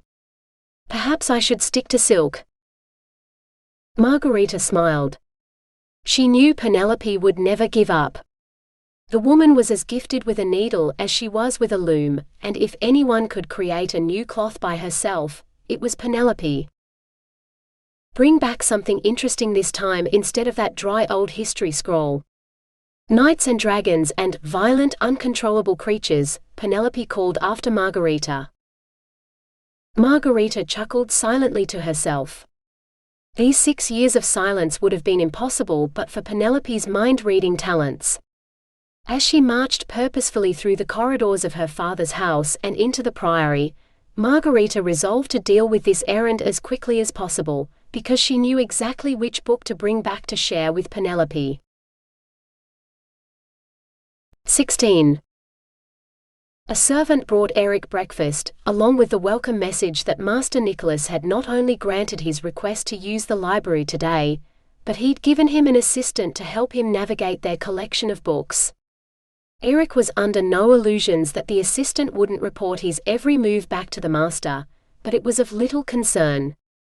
He could easily hide his father's mission under the cover of his own project. Master Nicholas would think him crazy, which he undoubtedly was, and leave him to his own devices. Erik wolfed down his breakfast, dressed, and demanded to be shown the way to the famous library. The maidservant lost no time in leading the way. Erik had trouble keeping up with the girl as she trotted through the richly decorated passageways. It wasn't until they reached the bare corridor that marked the start of the priory that she slowed down. Erik thought he heard her breathe a sigh of relief as she weaved through the monks. Almost as though she feared walking through the corridors of the house proper. Or was he the one who scared her? The girl abruptly stopped, then spun on her heel to stand beside the doorway instead of passing through it. She dropped a deep curtsy. "The library, sir." She dashed off before he could thank her. Erik stared after her for a moment before giving himself a shake. He had his own mystery to solve. He didn't need to know what frightened the maids of Beacon Isle. He stepped through the doorway and had to stop. He'd entered what might have been just another passage, if it weren't lined from floor to ceiling with shelves full of books. Erik couldn't suppress a grin. This was what he was here for. Selecting a leather spine at random, he pulled a book from the shelf. The pages were filled with strange symbols, interspersed with letters he recognized. Erik laughed. Trust Beacon Isle to keep their books in some sort of code, indecipherable to all but those who lived here. Maybe an assistant would be useful after all. An assistant who didn't appear to be anywhere in the library. Erik strolled between the shelves, not sure where to start. When he reached the end of the corridor, he realized he'd been mistaken. The biggest library he'd ever seen was merely the antechamber to the real, much more massive collection that filled a chamber easily as big as the Great Hall itself. Some shelves were divided into pigeonholes occupied by scrolls instead of birds, while others were nigh as tall as him to accommodate huge books that would take 2 men to lift. A table sat in the middle of the room, as large as one of the feasting tables in the hall below, dwarfing the stack of books that lay at its head. "Ah, hello?" Erik called. From behind the stack of books, which were taller than he'd thought, a figure rose to her feet. Erik's heart leaped as he recognized the lady he'd danced with last night. The master's daughter, whose name he still did not know. "Beg pardon, my lady, but your father told me to meet my assistant here, as I'll be doing some research about the island's history in your remarkable library. Can you tell me where he might be?" Erik ventured. The girl's eyes grew flinty. She picked up the hefty stack of books, thrust them at his chest so hard she nearly knocked him over, then stalked out of the library without a word. Erik set the books down on the table, wondering how such a slight girl had had the strength to lift such a heavy load. There was still no sign of the promised assistant, so he sat down and flicked open the first book. He found a list of ships, along with their date of arrival, cargo, and duty paid on that cargo. They dated from the previous century. A quick examination of the other books in the pile revealed they all contained information about the history of the isle. Had the master given him his own daughter to be a research assistant? No wonder the lady was angry at being assigned a task that surely should have been given to a servant. "Thank you," Erik called after her, but he doubted she heard. Even if she did, she certainly didn't return, so Erik set to work. 17. This could only end badly. A polite ambassador who did his best to charm her spelled trouble for her and for himself, Margareta knew. Her father couldn't possibly have meant for her to work closely with him as his assistant. Why the ambassador wouldn't last the week. She'd already seen that look in his eyes that told her he was under her spell, and not only was he less boorish away from the dance floor, but she could feel her heart softening toward him. If she hardened her heart to him like any other man, he might stand a chance.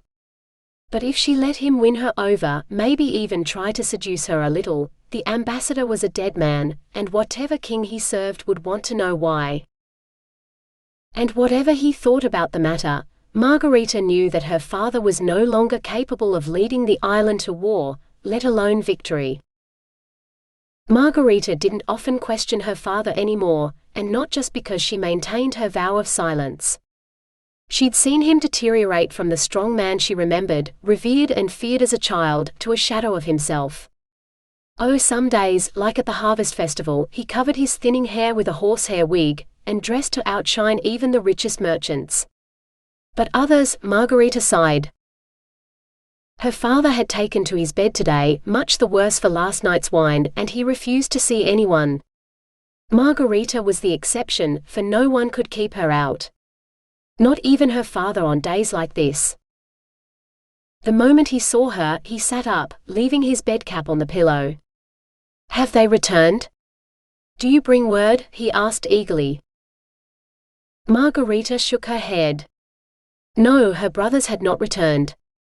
She hadn't yet broken the curse. His face crumpled. Some days he dissolved into tears, but today wasn't one of them. Instead, his face twisted into a snarl. Bring them back. You must bring them back. Without my sons, the Isle will be defenseless against all those kings who fancy my island. Not least of all that sneaky ambassador who's rooting around for his king. He'll never get what he's looking for. See that you help him with the books, for the sooner he's off the island, the better. You'll take care of him, won't you? Margareta's heart sank. When her father was having a bad day like this one, she could refuse him nothing. So she nodded dutifully, praying that the ambassador would leave before he came to harm. 18. Every day for a week, Margareta set a stack of books on the table for the ambassador, then left him to his reading. After the way he'd looked and spoken to her that first day, she didn't dare to spend more than a few minutes in his company. If she lingered, he would give in to the desires she could read clearly through his eyes, and when he did, he would die. Much safer to let him read the port logs than to meet his gaze and wonder what it would feel like to surrender to her siren desires. Her father made them sound like such terrible things, but anything you didn't want to stop doing surely resulted in a great deal of pleasure. How could that be so terrible? Yet every time the ambassador bade her good morning, thanking her for the books and wishing her a pleasant day, she longed to linger. The only thing that stopped her was the stack of ledgers she'd handed to him, and the sheer boredom she'd experienced on the rare occasions she'd copied one out.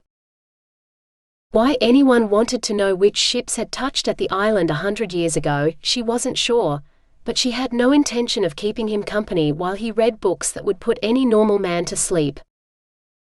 Yet he certainly didn't sleep, as evident by the pages of notes he scrawled each day. Margareta had glanced at them, but his writing was harder to read than the books she copied. What she could decipher appeared to be records of ships lost near the island. The list looked long after 3 days and grew with each new day. It seemed to Margareta that merchants would avoid what appeared to be such a dangerous trading port, but a quick peek at the harbor outside told her otherwise. Only on the rare winters when the ocean froze over entirely was White Harbor ever empty. It was almost full today. The ambassador didn't seem to notice though. He was too intent on reading the books she'd given him yesterday. Margareta thumped a new stack onto the table beside him and turned to leave. To linger was to lose control, which she couldn't do, Margareta reminded herself. He caught her arm, and though she tried to pull away, his grip on her wrist tightened. Please, my lady, stay. Shipping logs are all very good and well, but they're also boring. They say this ship carried this cargo or was lost on this date, but none say how the ship was lost. Margareta shrugged. Ships were lost. Such was the fate of men who thought to control the ocean. She yanked out of his grip and glared at him. To her surprise, he looked suitably contrite. I'm sorry if I hurt you, my lady. It's just that I don't know your name, and if I didn't catch you, I would lose my chance for another day. You see, your father promised me an assistant, but all he seems to want to give me is you. He caught the anger in her eyes. Not that the books you found for me haven't been a great help, they have, I swear. It's just that I want to know more, and you are the only other person who comes here. As the lady of the house, I'm sure you know who I should ask for help instead. Margareta considered sweeping out of the room, but the pleading look in his eyes plucked at her heart in such a way that she relented. She perched on a bench, placed her hands on her lap, and lifted her eyebrows in mute query. What exactly did he want to know? He leaned forward. You see, I want to know why the ships were lost. Was it storms? Pirates? A battle with enemy ships? Sea monsters? Margareta bit her lip, wishing she could laugh. What would the ambassador say if he knew that she was the only kind of monster that lived in the sea? She shrugged again. "Have you ever seen a sea monster?" he asked eagerly. "I've heard some of them can take the form of a beautiful woman who entices sailors to their deaths." Margareta gasped. Could he read her thoughts? Quickly, she schooled her expression into one of bewilderment, but it was too late. He'd seen her surprise. "You have, haven't you?" he guessed. "I knew it. It is you. You're the same girl who was aboard the Golden Eagle when she sank. You're the girl who survived." Margareta wished she could tell him what a fool he sounded, saying such things. She was the sea monster who had survived, not some weak-as-water maiden who needed to be rescued from the ocean of all things. Her eyes narrowed. And how did he know such a thing after all this time? "I was the boy who was aboard the Golden Eagle too," he continued. "We were in one of the ship's boats that made it to shore, except when I woke up, you were gone. I'm Erik." He held out his hand to her, palm up. This ambassador was the squire? Margareta squinted at him, trying to see the boy in the well-built man before her. Maybe around the eyes and the mouth she could see a faint resemblance, but her father had told her he'd searched for the boy, but found no trace of him anywhere on the island. It was as though he'd leaped back in the water to drown with the prince he'd served. Her father had suggested that the boy had never existed at all, until Margareta almost believed it. Sirens didn't suffer from the same maladies as sailors at sea for too long though, so Margareta knew the boy had been real. So if he'd survived and this was him, that put him in a different light. He wasn't just some neighboring king's ambassador. He was a friend of sorts. One she'd mourned who wasn't dead. Who wouldn't die here, no matter what she had to do to ensure it, Margareta swore. She realized he'd continued speaking and she shook her head, focusing on his words. Only her father knew she'd saved the squire, and he would never have told a soul, for it would mean telling people he had a siren for a daughter. So the only other people who knew were herself and the squire. He had to be the same boy. "I had to go home to report Philip's death. My father was devastated at first, and then, well, there was so much to do. Learning to be a squire and one day a knight is one thing, but learning to be a prince, and politics, and how to rule a country." Erik shook his head. "It's taken me this long to find my way back here, but I have to know. Do you have any books about sea monsters in these waters?" All her parents' warnings about secrecy screamed at her to stop, and show the man nothing. And yet, something about him whispered to her that he was different, just as she'd known he was the day she saved him from the sea. Perhaps it was time to find out what humans did know about her kind, so she could make sure they didn't learn more. Maybe they knew more than she gave them credit for. Her father certainly seemed to know plenty. Maybe he'd learned it all from a book in this very library. A book she could also learn from, so that one day she might manage to control her monstrous nature and not worry about how she might kill someone without meaning to. Maybe she could work out how not to kill Erik. She regarded Erik for a long moment. He already owed her his life if he truly was the squire she'd saved. Perhaps he could help her and in some small way repay his debt.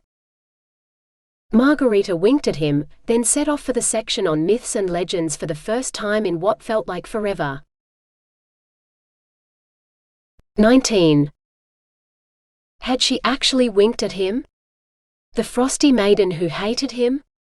Oh, not that she didn't have good reason to do so, she surely did, being forced to spend her time in the library with him instead of doing whatever it was ladies did all day. Knit. Sew. Spin? He had no sisters and he could scarcely remember his mother, so Erik had never seen what high-born ladies did when no men were around. Surrounded by servants, they didn't need to do anything, but he couldn't imagine this girl sitting still and doing nothing for very long. She was as restless as the ocean. Erik had half expected her to open her mouth and shout at him a few times during their conversation, but she evidently took her vow of silence very seriously. In his memories she was certainly no mute, and she understood him just fine, so her brothers must be very important to her. And why not? They were family. Surely the girl loved her brothers as all good girls did, and it would be a great loss to her whole family if they never returned from their holy crusade. Many others had perished or disappeared, never to be heard from again, but he didn't dare say such things to her.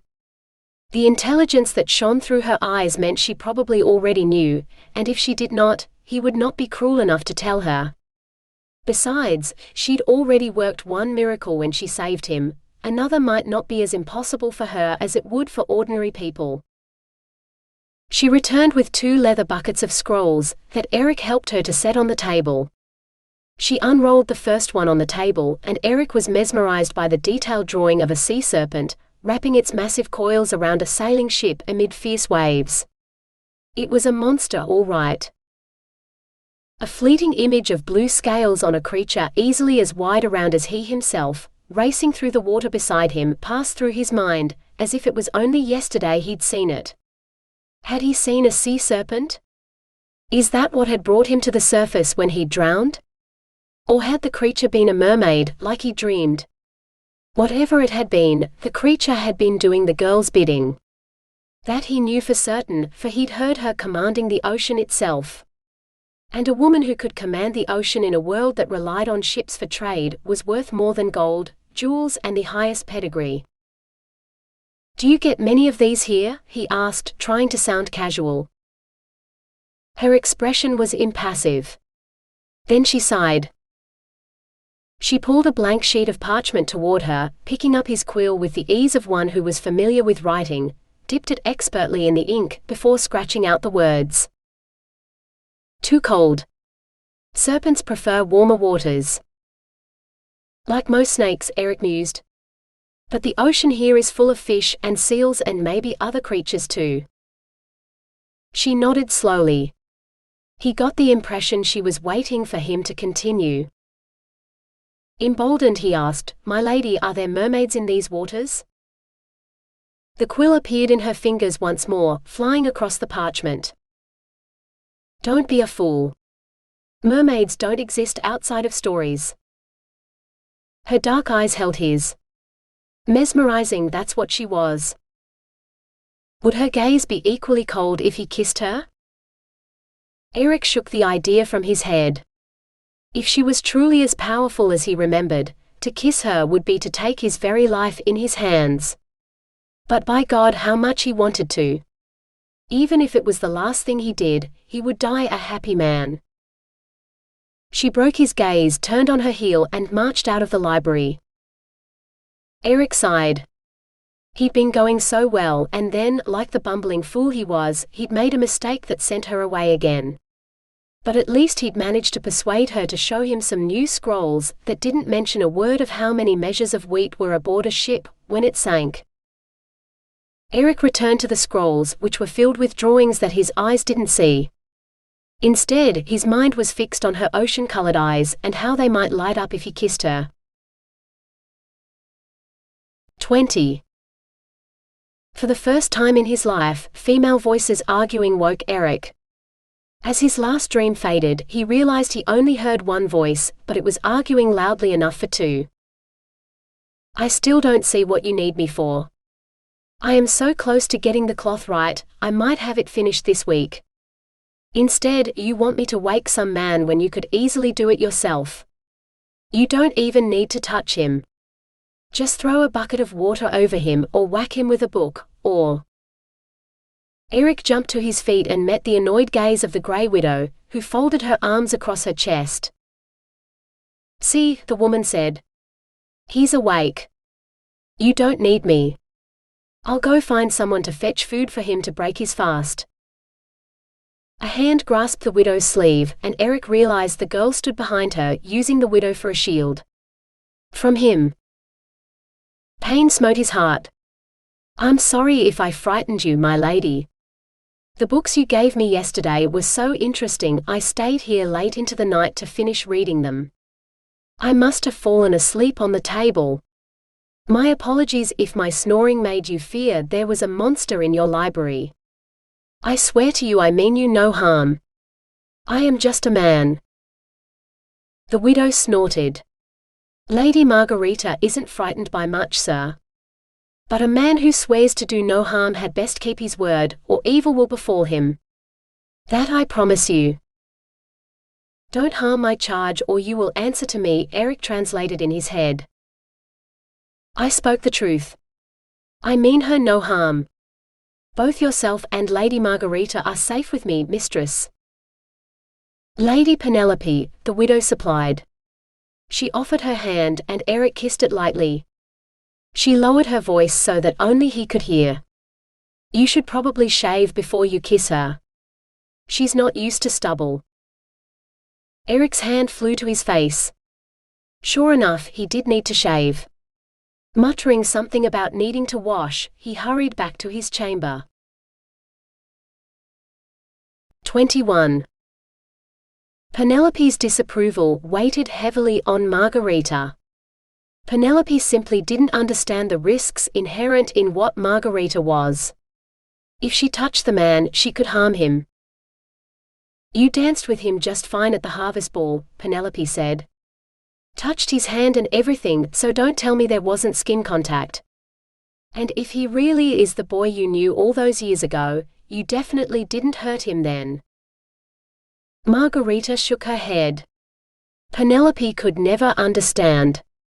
She was human and… So are you. Penelope exploded. As human as I am. All right, you swim more often than most, but what's a little magic when it's in your blood? There is no law that says you're not allowed to love or touch people or do any of the things normal people do. How many people have you killed? Margareta knew as well as Penelope did that the answer was none. You've saved one man's life and killed no one. That makes you pretty safe to be around, in my opinion. Why don't you just let things happen the way they should, and worry about the consequences later? Penelope asked. If one of the consequences was Erik's death, Margareta didn't want to just let things happen. She wanted to protect him, not kill him. Well, he wants to protect you almost as much as he wants to kiss you, so that's a good start, Penelope said. Kiss her? He wanted more than that. He wanted what every man wanted, Margareta was certain. Perhaps, Penelope said, but that's not what he keeps thinking about. Not even what he dreams about. The only thing I've seen in his thoughts is visions of him kissing you. His eyes are fixed on your face. Except for the moment he first saw you, when he looked at your whole body, his focus is your eyes. Apparently, that's how you'll tell him whether his kiss is as perfect as he plans it to be. A perfect kiss? Was there such a thing? The very idea intrigued Margareta. What would it be like to press her lips against Erik's and… No. Margareta forced the thought from her mind. A kiss could lead to more, and it was immodest to have such desires. If her father knew, he would only say it was her siren nature coming to the fore. No human girl would have such desires. Your father is a prude. Most girls dream about their first kiss the same way he does about you. You could do worse, you know, Penelope said. Of course she could. She could kill him. Just as long as you get the kind of kiss other girls only dream about first, Penelope said. He'd die happy, you know. He's afraid of you, and that's one of the things he tells himself to bolster his courage. That if he died after kissing you, he would die happy. No, he wouldn't, Margareta thought angrily. He would die screaming because sirens enjoyed the pain of their victims. She would. Now I'll go see that some breakfast is sent up and leave you two alone, Penelope said, striding out of the library as Erik entered it. And if she doesn't let you kiss her before I return, I'll see that the whole island knows she's an ill-mannered sea cow, she threw over her shoulder before vanishing from sight. Margareta's face grew beet red. Erik took pity on her embarrassment. My apologies, my lady. Despite our history together, we have not been properly introduced. Allow me to correct this terrible oversight. I am Prince Erik, and I am honored to meet you, Lady Margareta. Never have I met such a fair lady, who is also a graceful dancer and a learned scholar. I am quite entranced. He held out his hand. A hand Margareta knew she should cover with her own. Custom demanded it. So did Penelope, who would know if she did not. She touched him before as both a human and a siren, and he was still alive. If she could control herself for a few brief seconds, he would live to see tomorrow too. Margareta stretched out her arm, biting her lip, as she saw her fingers shaking. If only she didn't have to touch him. She didn't want to hurt him. She wanted. Erik captured her trembling fingers and brought them to his lips. Warm and soft, his lips made her fingers tingle as he kissed each one. Her mind screamed at her to pull away, but Margareta could not. Her own lips parted as she stared at him, eager to know what he would do next. Lady Penelope was right to berate me for being so unkempt. I was so caught up in my research, I forgot myself. Now perhaps I am in a fit state to greet you as I should have on the day we met. If I meet with your approval, then perhaps. Erik swallowed, then lifted her hand to his now smooth cheek. If my lady would permit, I would like to offer you a kiss of peace. As her father's vassals offered to him, Margareta knew, and the captains who sought his favor.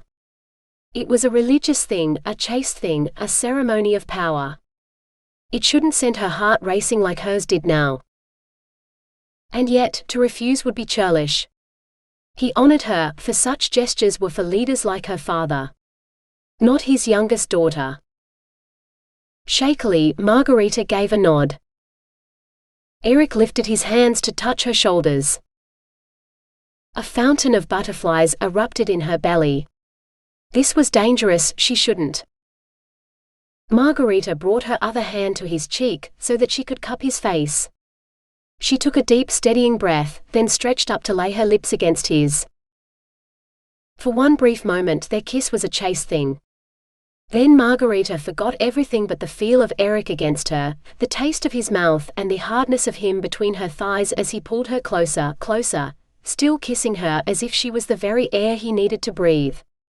She needed more than air from him, more than the deep, gasping breaths she drew in as she tugged at his tunic, sliding her hands inside to feel soft skin over firm muscles, stroking every bit of him she could reach until she wrapped her fingers around the hardest part between them and. Her eyes on fire with desire, Margareta met Erik's gaze. God, he wanted her as much as she wanted him. She wanted, oh how much she wanted. Oh God, Margareta, I love you, he groaned. Love? What she would do to him wasn't love. Hers wasn't a kiss of peace.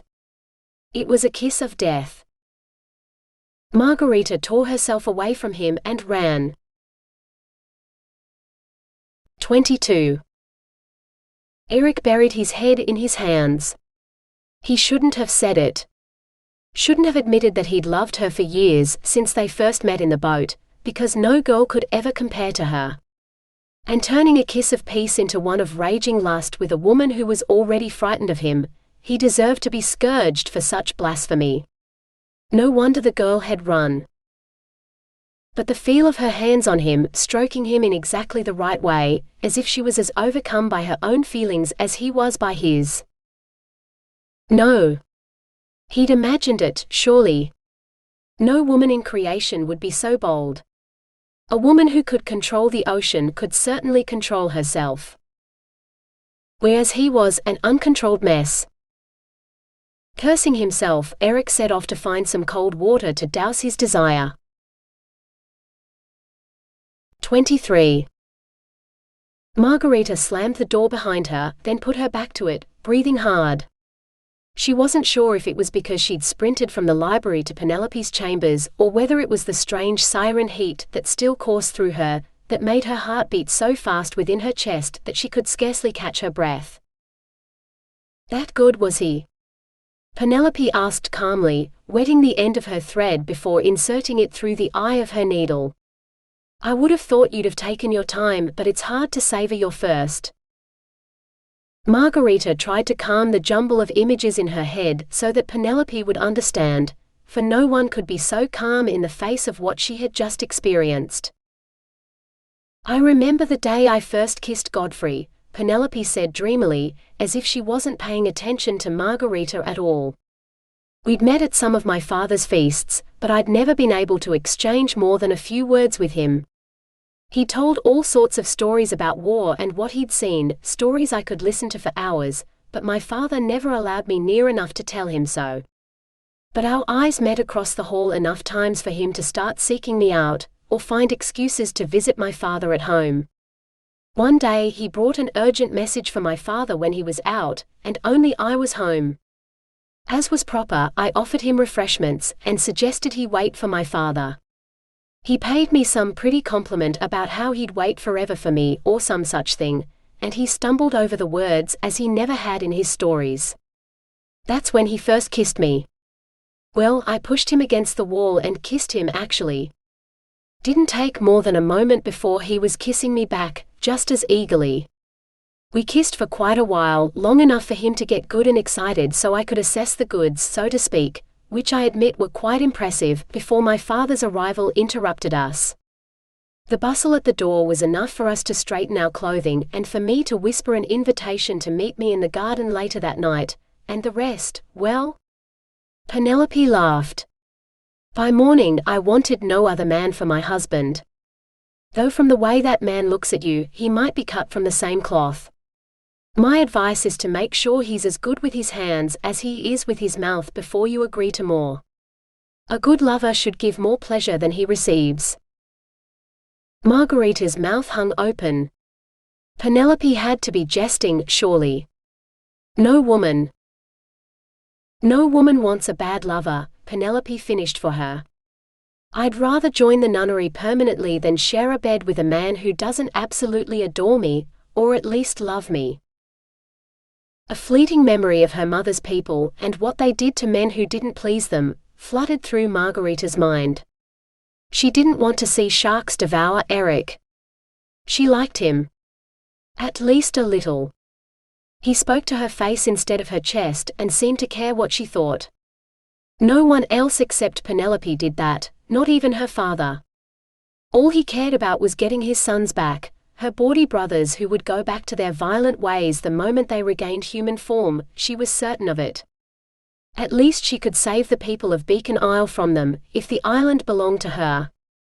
Or her husband, which was almost the same thing. "Your brothers don't deserve the sacrifice you're making for them," Penelope said sadly.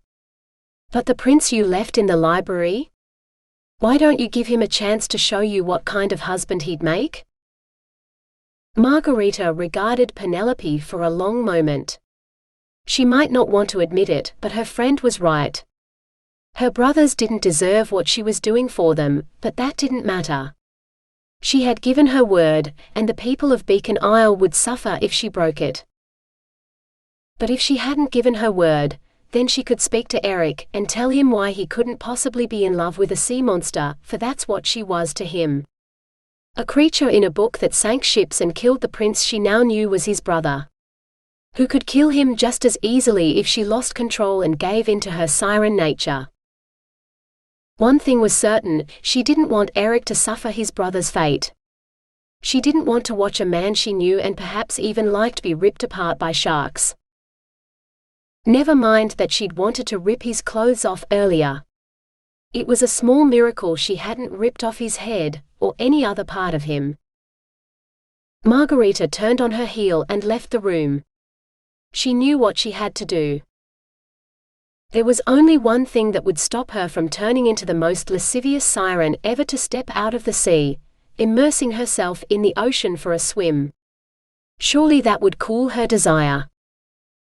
She hurried down the stone steps to the now deserted Great Hall, making her way out the gate with her head held high to forestall any questions. None of the guards would dare stop her, they knew who she was. A flock of ravens flapped over the high walls of her father's house as she left its shelter, but Margareta paid them no heed. The only ravens she cared about were her brothers, and as long as she maintained her silence, she was doing all she could for them.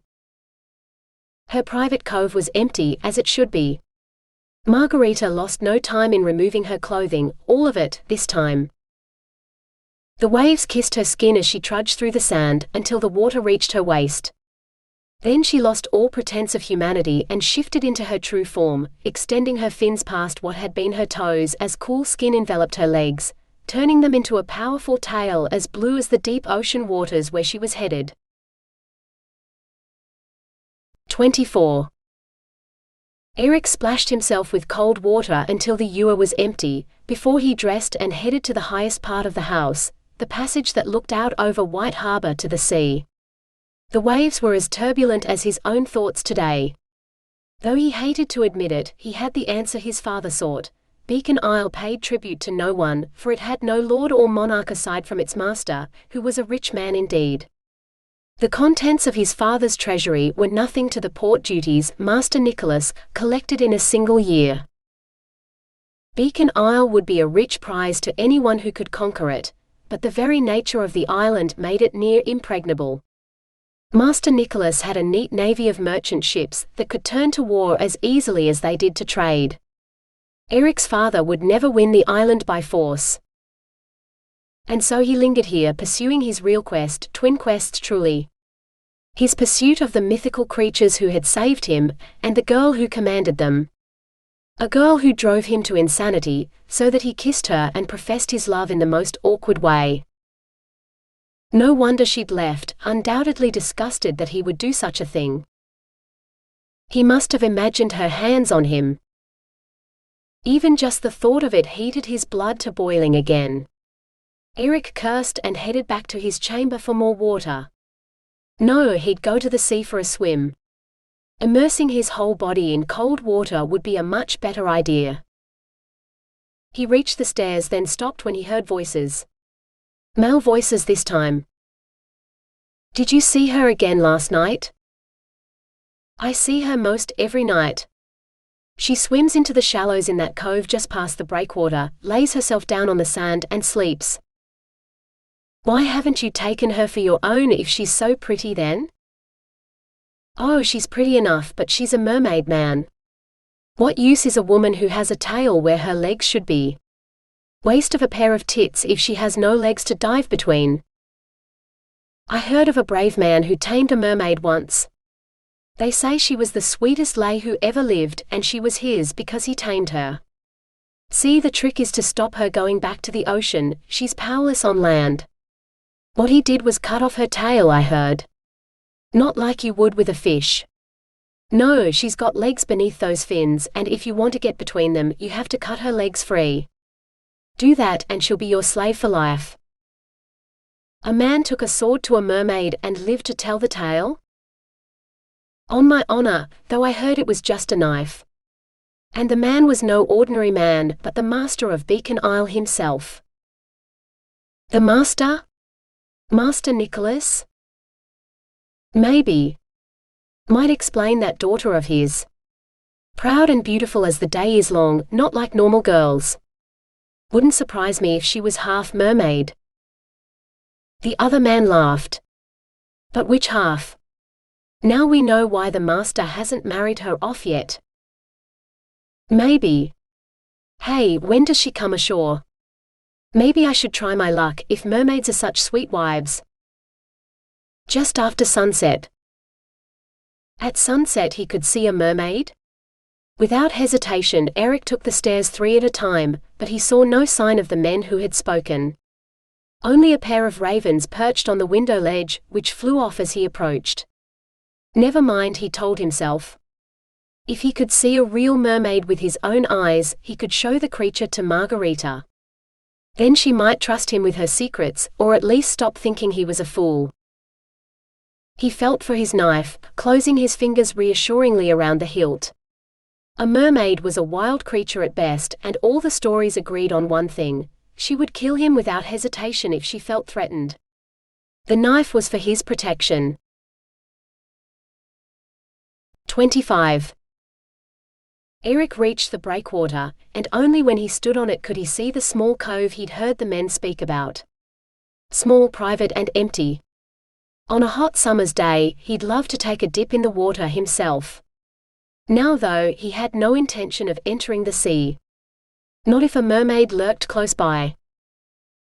Feeling like a coward, he climbed a tree, hoping its branches would hide him from sight.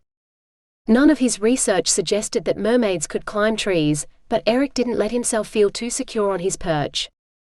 Research and myths were one thing, but facing a mermaid in the flesh was something different entirely. For what felt like forever, Erik clung to his branch, watching and waiting. He'd spot a shadow in the waves, only to realize it was a piece of seaweed or flotsam. His eyes began to grow heavy as he squinted into the sun, straining for even a glimpse of the mythical mermaid. When she did appear, he almost missed it. A wave washed further up the beach than its fellows, and when it retreated, it left behind what Erik at first thought was the decoration from the bow of a ship. A stylized fishwoman, stretching her arms and her breasts before her while her tail fanned out behind. And then, she moved, flicking a piece of seaweed off her tail, before she combed her fingers through her dark hair. Erik almost fell out of his tree.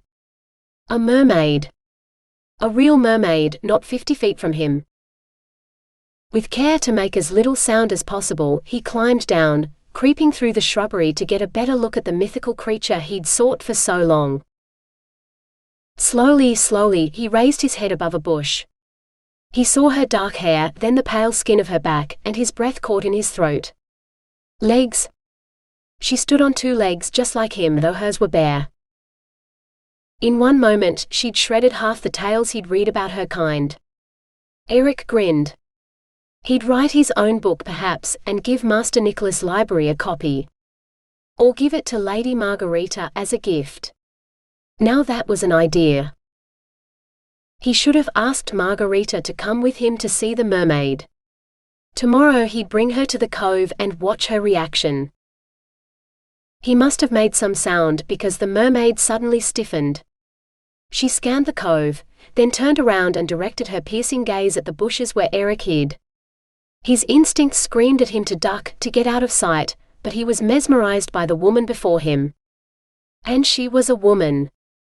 Mermaid or not, the goddess who stood on the sand had 2 shapely legs, a flat belly and a pair of breasts he ached to touch.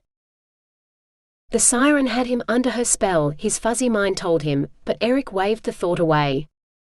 Who cared? She was beautiful and alluring and everything a man could want. Everything he could ever want.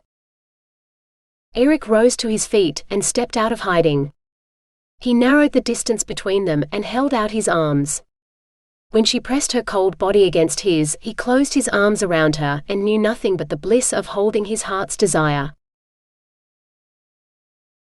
26. Margareta let the wave carry her up the beach, then stretched out on the sand as the water retreated. Perhaps she'd swum a little too far today, after so long on land. She should swim more regularly instead of spending so much time with Penelope and Melita, or in the library. That would keep her away from Erik too, which could only be a good thing for both of them. Slowly, she let her body transform from tail to legs once more. Life was so much simpler under the sea. But without her tail, she most certainly felt the chill in the evening air, so she couldn't stay here for long. She'd need to dress and head back up to her father's house before dark, or her father's guards would shut the gate. They'd open it for her if she commanded it with an imperious wave in the absence of words, but her father would hear of it, and no good would come of that. At the least, she'd receive a long lecture about how she shouldn't give in to her siren and swim. More like he didn't want her messing with the ships approaching the harbor before they'd paid their duties. He never mentioned ships that had recently left the harbor though. Maybe he didn't care about those. Margareta flicked her hair, running her fingers through it to free it from some of the tangles. A gasp from behind her made her whirl on the spot, looking for the hidden watcher. Had he seen her tail? Had he seen her transform? If anyone told her father. No one would tell her father, for none would live to tell tales, Margareta resolved. She sent out a silent call, whispering through the trees where she was certain someone hid. No man was immune to a siren's call. A man stepped out of the shadows, stumbling across the sand to obey her call. One man, no more. He held out his arms, eyes begging for an embrace. For death's embrace. Margareta stepped into the circle of Erik's arms and looked into his eyes. Though she might look like a human, all her siren senses were awakened. "If you love me, show me," she silently commanded him. He nodded and brought his lips to hers for a kiss. Her lips warmed at his touch, wanting more. If she could have spoken, she would have said so. As it was, she let her eyes speak for her. Erik's hand stroked her leg, trailing his fingers higher until he reached the junction of her thighs. Margareta gasped as his fingers slid inside, stroking her even more intimately than before. "I love you," he whispered, tightening his grip around her with one arm as her knees weakened from the caresses from his other hand. His gaze held hers as he did something with his fingers that sent waves of pleasure washing over her. Margareta opened her mouth in a silent scream of joy, while Erik's fingers moved within her again. When the next tide of pleasure swept through her, Margareta forgot caution and secrecy and all the things that might make her stop. She tore at Erik's clothes, pushing him to the sand. She would have him, and silly human social conventions meant nothing. For the first time in her life, Margareta lost control as she surrendered to her siren. 27. Margareta woke slowly, reveling in the unaccustomed warmth of her bed. She must have fallen asleep on the sand in her tail again. She'd best turn back to human and get some clothing on before some fisherman stumbled across her. She blinked away the sleep from her eyes, stretching. Her legs touched warm flesh and cloth. Margareta tried to jerk away from the other body, but a heavy arm lay across her, holding her close. By all the saints, who had she killed? She squirmed out from under the man and flipped him over. She almost cried with relief when she saw his chest rise as he drew breath. She hadn't killed him. Hesitantly, she reached for the cloak that shrouded him and pulled the fabric away from his face. Margareta staggered back, falling to the sand. Erik. She'd surrendered to her siren nature and seduced Erik. Now more than ever, she wished she could speak to him. Damn her stupid brothers for getting cursed, and twice damn her father for persuading her to break their curse. It was almost as bad as being cursed herself, and what had she done to deserve it? She stared down at Erik. If what her father told her was true, she might have permanently damaged Erik. She wouldn't know until he woke whether he'd been driven mad by whatever she'd done to him. 7 hells, what had she done to him? She'd never allowed a man close enough to her for something like this to happen before. A small part of her whispered that now she'd tried intimacy with a man, she would want plenty more, but Margareta hushed it. If her pleasure came at the cost of Erik's sanity, it was too high a price to pay. Ever. Margareta shook Erik, but he didn't wake. Her heart sank. If he'd lost his senses, he might never wake. Killing him would be a mercy, and it would be her responsibility to end the suffering she had inflicted on him. She was a true siren. She destroyed a man, and nothing could fix this. "Whore!" screamed a voice as something sharp hit her shoulder. Margareta whirled, and something hit her back. "Could have saved us, but a whore like you couldn't stay a maiden for long enough," shrieked another voice. "Whore!" hissed a third as dark projectiles hit her on both sides. This time, Margareta saw one of them. It wasn't a projectile at all, but a dark bird that darted down to peck at Erik. Margareta flapped a hand at the bird to shoo it away from her unconscious lover, but she was too late. Its beak was already red with blood. For the second time in 2 days, Margareta lost control of her human nature. But this time the siren reigned supreme. The ocean surged up the beach at her command, circling her and Erik with an army of waves while the sand beneath him remained untouched. Suddenly the air was filled with dark feathers as 6 ravens flew in to attack Margareta from all sides. She directed the water to fight them, but it wasn't enough. Some of them reached her, clawing and pecking at her face before she managed to stun one with her fist. She only had a moment's reprieve though, before the stunned bird was replaced with two more, angrier and more intent on drinking her blood than their disoriented brother. All the while their caws sounded more like cries of horror than the calls of ordinary birds. One of them fastened onto a chunk of her hair, beating its wings furiously as it tried to rip the hair from her head. If she could have made a sound, Margareta would have screamed. It hurt so much when the lock of hair parted from her scalp. She felt something warm against her back and spun around, terrified that it was a cascade of her own blood. Instead, she found Erik, risen to his feet with murder in his eyes. "I won't let them hurt you," he vowed, brandishing a knife. A bird darted toward Margareta, then changed direction, aiming for Erik's eyes. His arm whipped out swifter than a bird in flight. Light flashed on his blade as he separated the bird from its head, and both fell at Margareta's feet. "I count 10 more. Keep doing whatever you're doing, and leave killing them to me." Margareta nodded, not sure what to think. The only clear thought in her head was that Erik had most certainly not lost his wits, and whatever she and Erik had done last night, he hadn't paid the price for it. She punched another bird as it dived for her, sending it into the crest of a wave, which quickly sucked it under. Concentrating on the water, she built up a particularly big wave and used it to engulf 3 more birds. Panting, she lifted her arm to clout another, only to see Erik cut it down before it could reach her. "That's all of them, my lady," Erik said, sounding just as breathless as she.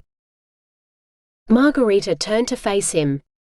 Erik was as naked as she was, except for the cloak he'd wrapped around them both while they lay on the beach.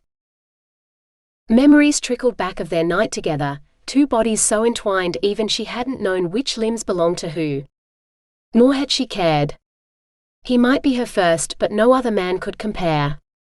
And not only had she not killed him, but she'd chosen to protect him even in the throes of unbridled passion. Somehow Erik had succumbed to her siren call and lived. That made him a very special man indeed. Perhaps Penelope was right about him. Staring into Erik's eyes, she felt lost. Margareta dismissed the ocean so that she stood alone with Erik on the damp sand. He chuckled. "My lady, you should probably cover yourself. Looking like that, you could charm the birds from the sky as well as the fish from the sea."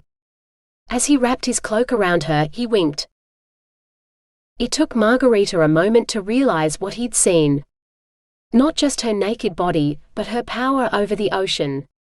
Her blood ran cold, colder even than when she swam the depths as a mermaid. Had he seen? "I heard rumors of a mermaid, and I came to spy the truth of it for myself before bringing you to the cove so that you might see the creature. Only to find, you know far more of such things than I ever will." Erik pulled her close, laying his cheek beside hers so that his lips brushed her ear. "Marry me, my lady of the seas. I will love you and keep your secrets as long as I live, and all I ask in return is your love, if you are willing." Margareta wanted to shout her answer at the top of her lungs, but her silence stole her voice, even as her lips formed a yes. "Whore!" screeched a voice. "Faithless woman! How dare you take this man into your bed while we suffer? The man who killed your own brothers. Neither of you deserve to live."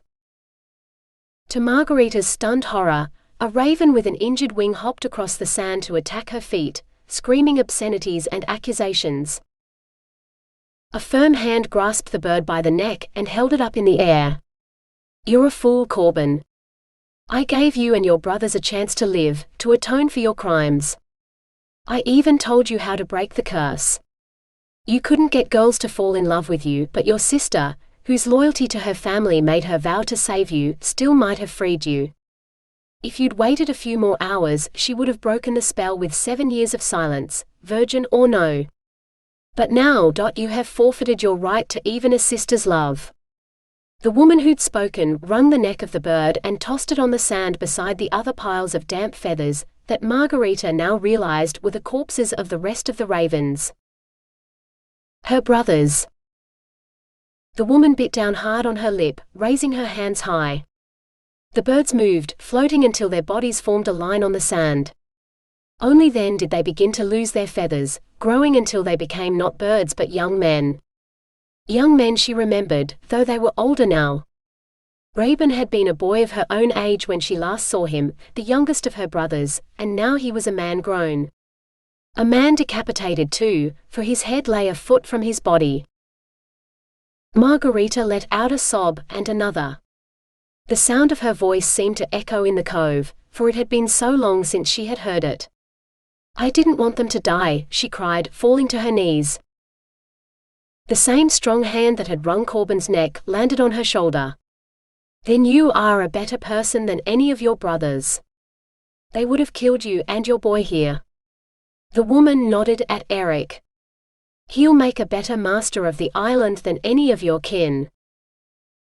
"But father," Margareta began, horrified anew at the thought of what her father would say when he saw his precious sons laid low like this. They had died while she yet lived. "Father is master here. He will never forgive me for this, and Erik. I summoned him to the cove when I arrived. He is already on his way," the woman said. Sure enough, father limped onto the sand, leaning heavily on his stick. He looked so frail now, as though the 7 years which had passed were 70 instead. "What do you want, witch?" he demanded. "First you take my sons from me, sending them far away, and now you think to take my daughter too?" "I am Mistress Coon, no mere witch, and you would do well to address me so, Nicholas," the woman said. "Your sons sealed their own fate 7 years ago, and today, they demonstrated that they have no right to live among decent people. They died at the hands of a woman. I call it justice." "My sons?" father faltered. Mistress Coon pointed at the bodies, hidden from father's sight by a sandbank. It seemed to take him forever to reach the top, and when he did, his expression changed from bewilderment to something Margareta didn't think looked entirely human. His lips peeled away from his teeth and his eyes grew wild. "What have you done to my sons?" he howled. His gaze fixed on Margareta. "It was you. A whore like your mother, opening your legs to every pretty man you can find. I might not have managed to kill your slut of a mother, but I will deal with you." He advanced on Margareta, who cried out in fear, unable to move. He managed to take 3 steps before he keeled over face first on the sand. Margareta wanted to dash forward to help him to his feet, but she remained rooted to the spot. Had her father really threatened to kill her? Or tried to kill her mother? Mistress Coon knelt down to examine father. "Dead," she grunted as she rose from her crouch. "Good riddance too. You two will make a better job of ruling this place." 2. Margareta stared at Erik, who looked as bewildered as she felt. "My father sent me here to find a way to bring Beacon Isle into his kingdom. I was to discover which king the master owed fealty to, and persuade him to become a part of my father's kingdom instead. Master Nicholas would not agree, but perhaps his heir." Erik cleared his throat. "Lady Margareta, when your father's heir becomes master of this island, perhaps you would be willing to put in a good word for me, and arrange a meeting?" Heir. With her brothers dead and their curse broken, her father's heir would be her. "Marry me," she said. Erik laughed. "I intend to, if you'll let me." Margareta shook her head. "No, marry me. Beacon Isle belongs to me and to my husband. Marry me and you may have the island." She gazed at Erik. "I ask only one thing." "Name it," Erik urged. Margareta wet her lips. "That you love me every night of your life as you did last night." "I will," Erik vowed. Mistress Coon cackled. "Sounds like happily ever after to me." She waved at the bodies lined up along the beach. "I will see that everyone knows the boys died far from home, and when your father found out, he died of grief. You will inherit, no matter what his wishes were. You are the last of his line now." She gave a little bow to Margareta. Enchantresses did nothing without a price. I thank you, Mistress Kuhn, she said steadily. How may I repay you for all that you have done for me? For us, Erik corrected. Kuhn grinned. He's right, and I'll ask a favor of you both. Take Melita and her mother with you when you leave the island. And when you are Dowager Queen, return to the Isle and rule until your grandson comes of age to inherit the position of master. It will be done, Erik vowed, and Margareta nodded, forgetting that she now had the use of her voice. A blessing on you both, Kuhn said gravely, waving her hand in their direction. May you have your happily ever after as long as you both shall live. And with that she disappeared. Erik turned to Margareta. Is this truly what you want? Will you be happy? For the first time in 7 years, Margareta laughed aloud. You already owe me your life, Squire. I know you'll make me happy. I only hope I can return the favor. You already do, Erik said fervently. And you always will.